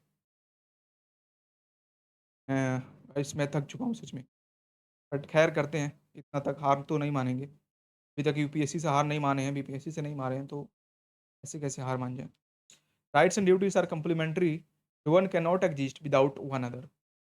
गाइस हिंदी मीडियम वाले थैंक यू, अगर आप बने हुए हो तो आप में सबसे ज़्यादा पेशेंट है, ठीक है, पेशेंस है, पेशेंट नहीं, थोड़ा वर्ड गड़बड़ा रहा है बट ठीक है, 7 महीना में आदत हो जाएगी, फिर आप देखिएगा कैसे तोड़-फाड़ करते हैं। बस आप थोड़ा बहुत अर्ली सपोर्ट चाहिए, क्योंकि किसी को पुश करने के लिए सपोर्ट चाहिए होता है, तो आप लोग बनाए रखें।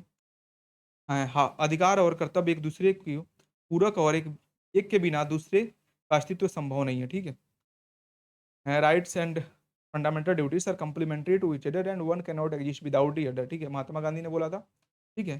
Fundamental duties are in part four, ठीक है, कहीं कहीं ऊपर नीचे हो जाता है, बट मैं जैसे पैटर्न बता रहा हूँ, तो कर पहले कोट लिखिए, फिर पार्ट लिखिए, फिर टेकन फ्रॉम लीजिए, ठीक है, इन्फोर्सिएबल नहीं है, लिखिए दिस इज नॉट इन्फोर्सिएबल और नॉन जस्टिसिएबल, फिर उसके बाद लिखिए कि इसका ऑब्जेक्टिव क्या, ऑब्जेक्टिव लास्ट में लिखिए, ठीक है। फिर इसका इंट्रो काम हो गया, इसी से आपको इंट्रो बनाना है। Understand, comfortable, got it, okay. Guys थोड़ा मैं भी रिलैक्स कर लेता हूँ, ठीक है, चलते हैं। Significance, constitutional significance, fundamental rights with responsibilities, ठीक है। मतलब ये है कि फंडामेंटल, देखिए सिग्निफिकेंस क्या है, कि आप केवल बोलोगे कि मेरे पास राइट्स है। मान लीजिए मैं प्रोटेस्ट में जा रहा हूँ, बिहार में प्रोटेस्ट हुआ था, मैं जाके यार इंफ्रास्ट्रक्चर कर रहा हूँ, किसी की दुकान तोड़ रहा हूँ, गाड़ियाँ तोड़ रहा हूँ, भाई मेरी भी तो ड्यूटी है ना, भाई इनका ना करूँ, उस पर जाऊँ चुपचाप प्रोटेस्ट करूँ, गवर्नमेंट का सामने अपनी डिमांड रखूँ, ठीक है। गवर्नमेंट नहीं मानती, कितने दिन तक हम नहीं मानती। सोनम वांगचुक उठाया गया, वो तोड़ फोड़ कर थोड़े कर रहे थे, हाँ, उनको डर से उठाया गया, तो डर बना रहेगा कि तोड़ोगे तो पुलिस तो मारेगी, ठीक है। ये अपनी ड्यूटी भी करना चाहिए। अब मान लीजिए मैं करता हूँ कि मेरी ड्यूटी है कि मैं गवर्नमेंट से डिमांड करता हूँ कि साफ-सफाई गवर्नमेंट, मतलब ये करनी चाहिए, बट मेरी भी तो ड्यूटी है ना कि साफ-सफाई रखूँ। मैं खाने जाता हूँ, मैं देखता हूँ अच्छे-अच्छे लड़के या लड़कियाँ भी बहुत देखता हूँ कि ऐसे तो दिखने में मॉडल्स दिखती है, बट मैं देखता हूँ कुछ खा के ऐसे ही के स्क्रैप फेंक दी। क्योंकि मैं तो खा रहा देख जा रहा था, लड़की थी, उसका बॉयफ्रेंड दिया खरीद के कुछ, छोले कुलचे टाइप का पता ना क्या था। ये फास्ट फूड का तो उतना नाम पता नहीं। अब वो खाई और ऑटो में से ऐसे फेंक दी। मुझे इतना गुस्सा आया, बट वही है कि यार लड़की है, अब क्या ही बोलें। तो यही है कि हमारे वो है, फिर उसके बाद ये क्या है, 51, ये है, यही है ना। ए में क्या बोलता है, नेशनल एंथम, कॉन्स्टिट्यूशन, सबको प्रमोट करो, ठीक है। बी में क्या बोलता है, जो भी हमारे आइडियल्स हैं, महात्मा गांधी हो गए, फ्रीडम फाइटर्स के आइडियल्स है, उसको करो। सी में क्या बोलता है, sovereignty, integrity of India. D में जब इंडिया की पहले 51, ये तो है ही, इतना तो है ही, मैं पहले कर रहा हूँ, चलिए पेन चेंज करते हैं, थोड़ा ज़्यादा हो गया ये, साल करते हैं, ठीक है। 51 है, ए में हो गया आइडियल्स, बी में वही है, सी में, सी में क्या था, हाँ सोवरेनिटी। डी में जब जैसे होता है ना कि इंडिया को डिफेंड कर, मान लो लड़ाई हो गई चाइना से, अब हमारे फोर्सेस कम पड़ रहे हैं, तो चलो भाई लड़ाई करने चलते हैं, बंदूक मिलेगा, मारेंगे क्या, मर जाएंगे, ठीक है। ई हो गया, ई हो गया क्या, हारमोनी है शायद। एफ, जो भी हमारे पास फोर्ट्स है, कंपोजिट कल्चर है, उसको करो। एफ जी, इन्वायरमेंट है। एच, ई है, ई है, हाँ ई ओ है, सॉरी ज्वाइंट, सॉरी एक्सीलेंस है, एक्सीलेंस है, ठीक है। हारमोनी, ब्रदरहुड, एच आई, आई भी है, पता ना इतना, मैं तो इतना याद है, मैं जानता हूँ, मैं लिख लूंगा, ठीक है। नेशनल इंटीग्रेशन, प्रोमोट इंटीग्रिटी, है ना, एक भारत श्रेष्ठ भारत, जैसे बोला था ना, कौन सा इंटीग्रेशन, सी वाला, 51 AC, sovereignty integrity, environment protection G वाला, ठीक है। डेमो है, सुप्रीम कोर्ट है राइड आर्टिकल 51 जी मैं बोला था ना जी वाला, इस पे है कि इस पे केसेस पे एमसी में आता केस सीरीज, ठीक है। इस पे सुप्रीम कोर्ट एक्शन लेती है, ठीक है। उसके बाद Swachh Bharat mission emphasise citizen responsibility, ठीक है। 51 के नॉलेज को प्रमोट करता है, ठीक है। राइट टू एजुकेशन, ये सारे एग्जाम्पल्स बता दिया हूँ, आप खुद से पढ़िएगा, क्योंकि खुद से पढ़ने पे ज़्यादा होता है, हमेशा वीडियो देखने से नहीं होता। जो समझ नहीं आता है, मान लीजिए आप 10 1 महीना जब आपका प्रीलिम्स निकल जाता मेन से, तब देखिए यानी ये कि भैया सब पढ़ा रखे हैं, जाती हूँ एक बार देखूंगी और वहाँ से रिवाइज कर लूंगी, फिर अपना नोट्स पढ़ूंगी और फिर मैं पॉलिटी का सेक्शन भूल जाऊंगी। फिर मैं अगर अगर जब तक नोटिफिकेशन नहीं आएगा, जिस दिन नोटिफिकेशन आ जाता है उस दिन मैं मेंस का ये सब बैच बंद कर दूंगा, ठीक है गाइस, क्योंकि मुझे भी निकालना है, मुझे भी बनना है, ठीक है। बट ये है कि चला रहा हूँ, ठीक है। नॉलेज है, स्प्रेड करने से ऐसे होता है, नॉलेज बांटने से बढ़ता है। बाकी आप लोग सपोर्ट कीजिए, आगे करेंगे। आईपीएस बन के भी थोड़ा थोड़ा गाइड करते रहेंगे बच्चों को, आप भी मिल के कीजिएगा, ठीक है। केवल सिटीजन के लिए फिल्म्स का क्वेश्चन, ये फॉरेनर्स के लिए है नहीं, mostly non justiciable, some duties are positive some are negative, ठीक है। पॉजिटिव और नेगेटिव में डिफरेंस बताता हूँ, ठीक है। यार लाल तो अजीब हो रहा है ना, ग्रीन इन्वायरमेंट, ठीक है। क्या बोला था या पॉजिटिव, पॉजिटिव है कि गवर्नमेंट अगर इंटरफियर कर सकती है तो उसे पॉजिटिव यानी कर सकती है पॉजिटिव, गवर्नमेंट इंटरफियर नहीं कर सकती है नेगेटिव।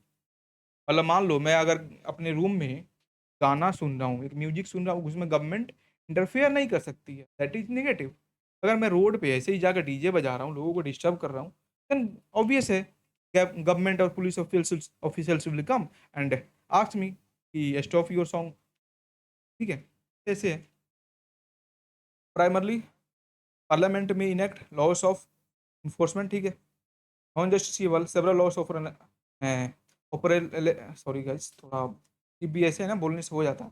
फंडामेंटल राइट्स को ऑपरे, चलिए गाइस गाइस थोड़ा आदत हो जाएगा, होप फुल अंडरस्टैंड।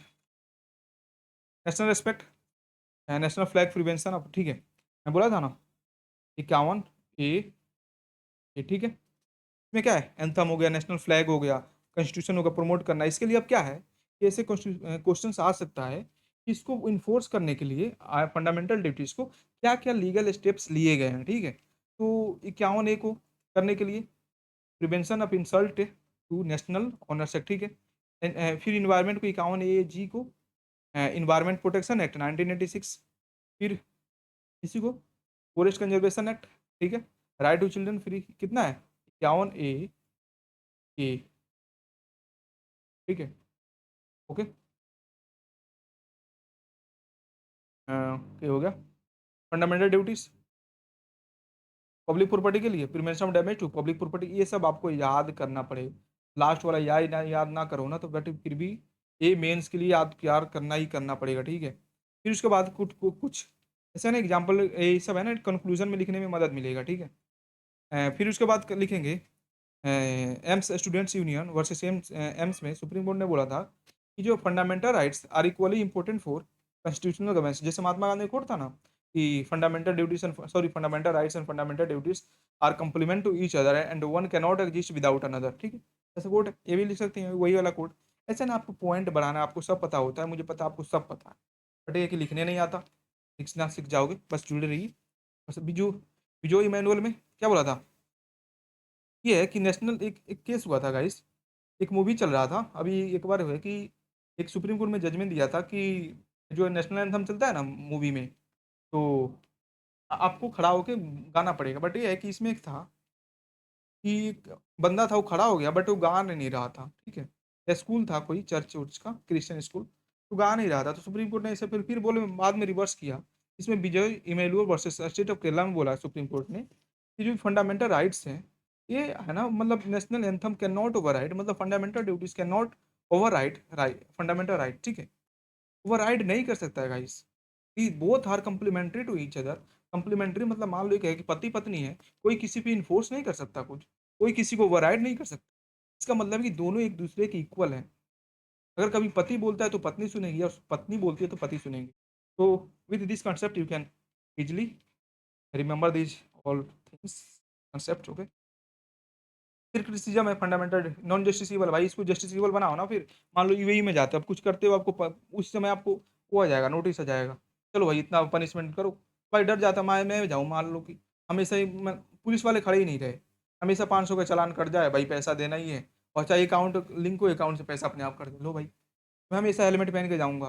मान लो कूड़ा साथ चारों तरफ सीसीटीवी लगा हुआ है, तो वही है कि कूड़ा कचरा फेंक दिया, मुझे दिखा अरे 400 फाइन भरो, तो मैं करूँगा ही ना, ठीक है? नहीं करूँगा इसे। पर टर्मिनोलॉजी है ना बहुत ही वेग है, साइंटिफिक टेम्पर है। भाई क्या हुआ इसका साइंटिफिक टेम्पर का मतलब? एक्सप्लेन करो ना ये लुक। एक वो है वोल्टेयर है शायद, का एक कोट है कि even common sense is not common for everyone. मतलब कॉमन सेंस है, मान लो मैं, मेरे लिए सफाई साफ सुथरा रहने का मतलब अलग है, किसी और को साफ सुथरा रहने का मतलब अलग है। मेरे लिए किसी से बात करना, किस रिस्पेक्ट में बात करना अलग है, किसी और के लिए अलग है। तो ये है कि common, even common sense is not common for everyone, ठीक है? ओके, सिटीजन ओनली के लिए है। फिर गवर्नमेंट की रिस्पॉन्सिबिलिटी क्या है, पॉलिटिकल पार्टीज है, कॉर्पोरेशन है, इनकी क्या है भाई? फिर उसके बाद यही है, पढ़ लीजिएगा। चैलेंज वर्क वीक सिविक, मतलब सिविक एजुकेशन में मान लो जो अभी है कि मैं यूपीएससी का प्रिपरेशन करके मुझे पता चला कि अच्छा ऐसा करना है। बाकी गाइस मैं कितना भी कर लूँ, अगर बिहार यूनिवर्सिटी से डिसाइड नहीं कर रहा हूँ, बट दिस इज रियलिटी। अगर यहाँ से अगर मैं कुछ करता तो सच में कुछ नहीं कर पाता मैं, मतलब सॉरी कुछ तो कर पाता, गवर्नमेंट अब तक जॉब ले लिया रहा था। मैं सच में अब तक मैं, मतलब इनिशियली अगर बीपीएससी में तैयारी करता तो मेरा अब तक हो जाता, बिहार दरोगा कुछ भी हो गया रहता। बट इनिशियली क्या किया कि मुझे यूपीएससी करना था, वहाँ आ गया, पर ठीक है फंस गया हूँ चक्रव्यूह में, कोई ना, ठीक है। तो बट ये है ना कि एजुकेशन तो हो गया ना मुझे, एक इंडिया को बेस्ट सिटीजन, मतलब आउट ऑफ बेस्ट एक फिल्टर सिटीजन जो 1-2% होते हैं, वैसा मिल गया, ठीक है। कॉन्स्टिट्यूशनल लिटरेसी नहीं है, लोगों के पास अवेयरनेस नहीं, सबसे गाइस सबसे बड़ी बात होती है अवेयरनेस, लोग बात मतलब दिमाग में घुस जाए। ठीक है, एक होता है ना जब आपको पास पता हो ना कि कचरा फेंकना गलत है, तो आप चले मान लीजिए फेंकते हो, बट आपके दिमाग में हमेशा वो घंटी टन टन बजेगी, भाई नहीं फेंकना, ठीक है। तो कॉन्स्टिट्यूशनल लिटरेसी चाहिए। इन्वायरमेंट डिग्रेडेशन है, ठीक है, पूरा इन्वायरमेंट डिग्रेडेशन इतना है ना, डेवलपमेंट वर्सेस इन्वायरमेंटल कंजर्वेशन, ऐसे डिबेट चल रहा है, ठीक है, ठीक है। वे फॉरवर्ड में कॉन्स्टिट्यूशनल लिटरेसी बनाओ, नेप में जो इंटीग्रेट करो, अवेयरनेस फैलाओ लोगों में कि भाई साफ सफाई से रहो, अपना ड्यूटी समझो, ठीक है। क्योंकि यार इतना पॉलिटिकल पार्टीज आते हैं, लोग पॉलिटिकल पार्टीज के बारे में जान जाते हैं, बट इसके बारे में क्यों नहीं जानते? क्योंकि भाई पॉलिटिकल विल ही नहीं है। इन्फोर्समेंट करो, पब्लिक प्रॉपर्टी है, इन्वायरमेंट है, लेबर ऑनर्स है, नेशनल सॉरी नेशनल ऑनर्स हैं, इनको प्रमोट करो। साइंटिफिक टेम्पर है, अच्छी एजुकेशन दो, क्रिटिकल थिंकिंग के बारे में जो भी पेडागॉगी है उसमें इंटीग्रेट करो। कम्युनिटी पार्टिसिपेशन होना चाहिए, जैसे स्वच्छ भारत मिशन, ठीक है, ओके। पर जस्टिस वर्मा कमेटी बोला कि जो ये फंडामेंटल ड्यूटीज है, तो यही है कि इन्फोर्स में लाना चाहिए, ठीक है। नेशनल एजुकेशन पॉलिसी है, इसने बोला मतलब इसमें है ना कि constitutional value, civic responsibility and scientific temper emphasize करता है, ठीक है। डॉक्टर बी आर अम्बेडकर है, उन्होंने बोला कि the constitution is only as good as the people who implement it. Wow. अब इसने है ना फंडामेंटल ड्यूटीज पे है, तो ये जो है ना ये कोट भाई लिखना ही लिखना है, एक नंबर बढ़ जाएगा। The constitution is only as good as the people of India. आपके पास टाइम है, केवल ये लिख के चले जाओगे तो एग्जामिनर समझ जाएगा कि आप कहना चाहते हो। So this is all about, guys look 2 minute और लेते हैं। मैंने 3 topic fundamental rights, fundament DPSP and fundamental duties खत्म कर चुका हूँ। आप पहले अगर आप नए नए डायरेक्ट इस वीडियो को तो समझ लिए, तीनों वीडियो देखो, उसके बाद एक एक करके प्रिंट आउट निकालो, खुद से पढ़ो, फिर उसके बाद ये वीडियो देखो, फिर से रिवाइज करो, आंसर राइटिंग करो। गाइस 2-3 घंटा आधे घंटे का मेरी वीडियोस रहती है, कभी 10 मिनट की भी रहती है। और वीडियो देखो, आंसर राइटिंग करो, नोट्स बनवा लो, पढ़ लो, एक एक करके ऐसे करते रहो ना, आपका मेंस धीरे धीरे खत्म हो जाएगा, अभी उसके बाद आप प्रीलिम्स का पढ़ते रहो, ठीक है। राइट गाइस, अगर देखो मैं पहले टाइम वेस्ट नहीं करना चाहता था मुझे, बट ये है कि जो नहीं जानते हैं this is for them. Guys look अभी हमारे पास टाइम है, तो कर्तव्य इनिशिएटिव मैंने लॉन्च किया हूँ 4 सेकेंड 72 बीपीएससी, ठीक है, 72 बीपीएससी के लिए है कि मैं डिकोड करता हूँ क्वेश्चन को। आप पहले वाला वीडियो देखिए, इसमें तो डिकोड नहीं किया हूँ, इसको बाद सिखाता हूँ कि कैसे लिखा जाता है। एचडीडी स्ट्रक्चर है, प्रेजेंटेशन एग्जाम्पल है, उसके बाद शॉर्ट नोट्स भी है, ठीक है। मॉडल स्ट्रक्चर है, सब वैल्यू एडिशन के लिए नोट्स भी है, ठीक है। ठीक है, सिर्फ फिल्म से नहीं होगा, ठीक है। चलिए बात खत्म करते हैं, मैं भी थक गया हूँ। तो ये टेलीग्राम चैनल पीडीएफ चाहिए तो इसको ज्वाइन कर दो, ठीक है। तो स्कैन कर लेना, या ये वाला नाम है ना, ये वाला, तो आप नाम सर्च कर लेना। बाकी गाइस मुझे आपसे हेल्प चाहिए, सबसे पहले वीडियो को अभी अभी लाइक करो, कमेंट में 2 कमेंट करो, एक दिल भेजो, एक अपना ओपिनियन भेजो, ठीक है? कमेंट लाइक कर दिया, लाइक, कमेंट। दूसरा, अगर नए हो तभी सब्सक्राइब करो। तीसरा, कि अपने 5 यूपीएससी की तैयारी करने वाले दोस्तों को भेजो। अपने घर में जितने मोबाइल है, एटलीस्ट 3 से सब्सक्राइब करवाओ। इतना कर दो गाइस, मेरा फ़ी वसूल हो जाएगा। एंड गाइस, इससे अच्छा कंटेंट मैं करूँगा। मुझे केवल कंटेंट बनाने वाला मिल जाए, टेक्निकल थोड़ा सपोर्ट करने वाला मिल जाए। देखो, कोई करेगा तो पैसा लेगा गाइस, पर मान लो मिनिमम भी देता हूँ मैं, 2-3 घंटा आगे करेगा तो कम से कम मान लो 1 2 का 100-200 ही देता हूँ, तब भी 6000 होगा, ठीक है? मेरे पास पैसा, खुद के पास पैसा नहीं है, तो उनके पास कहाँ से दूँ? वही है कि बट करोगे तो घर वाले भी सपोर्ट कर देंगे। कोई दोस्त भी है, जॉब में है, उससे सपोर्ट का माँगूँगा कि चलो इतना है, मुझे रिस्पॉन्स मिल रहा है, मेरी मेहनत की, थोड़ा मदद कर दो, तो तब होगा ना। फिर कोई ऐसे थोड़े देगा। कोई भी आपके स्टार्टअप में, स्टार्टअप तो नहीं है बट ठीक है, जो भी अच्छा है, इस पे करेगा तो मेहनत करेगा तो तब नहीं बोलेगा कि तुम अच्छा कर रहे हो, चलो ये लो पैसा लो, करो। तो अब इतना कर दो। बाकी thank you so much guys. अगर आप यहाँ पे हो, ट्रस्ट मी गाइस, आप सच में आप बहुत ही सीरियस हो अपने प्रिपरेशन। एंड एक और कमेंट लिखना कि मैं लास्ट तक, एक ही बार में लास्ट तक वीडियो देख ली या देख लिया। Okay guys, thank you so much.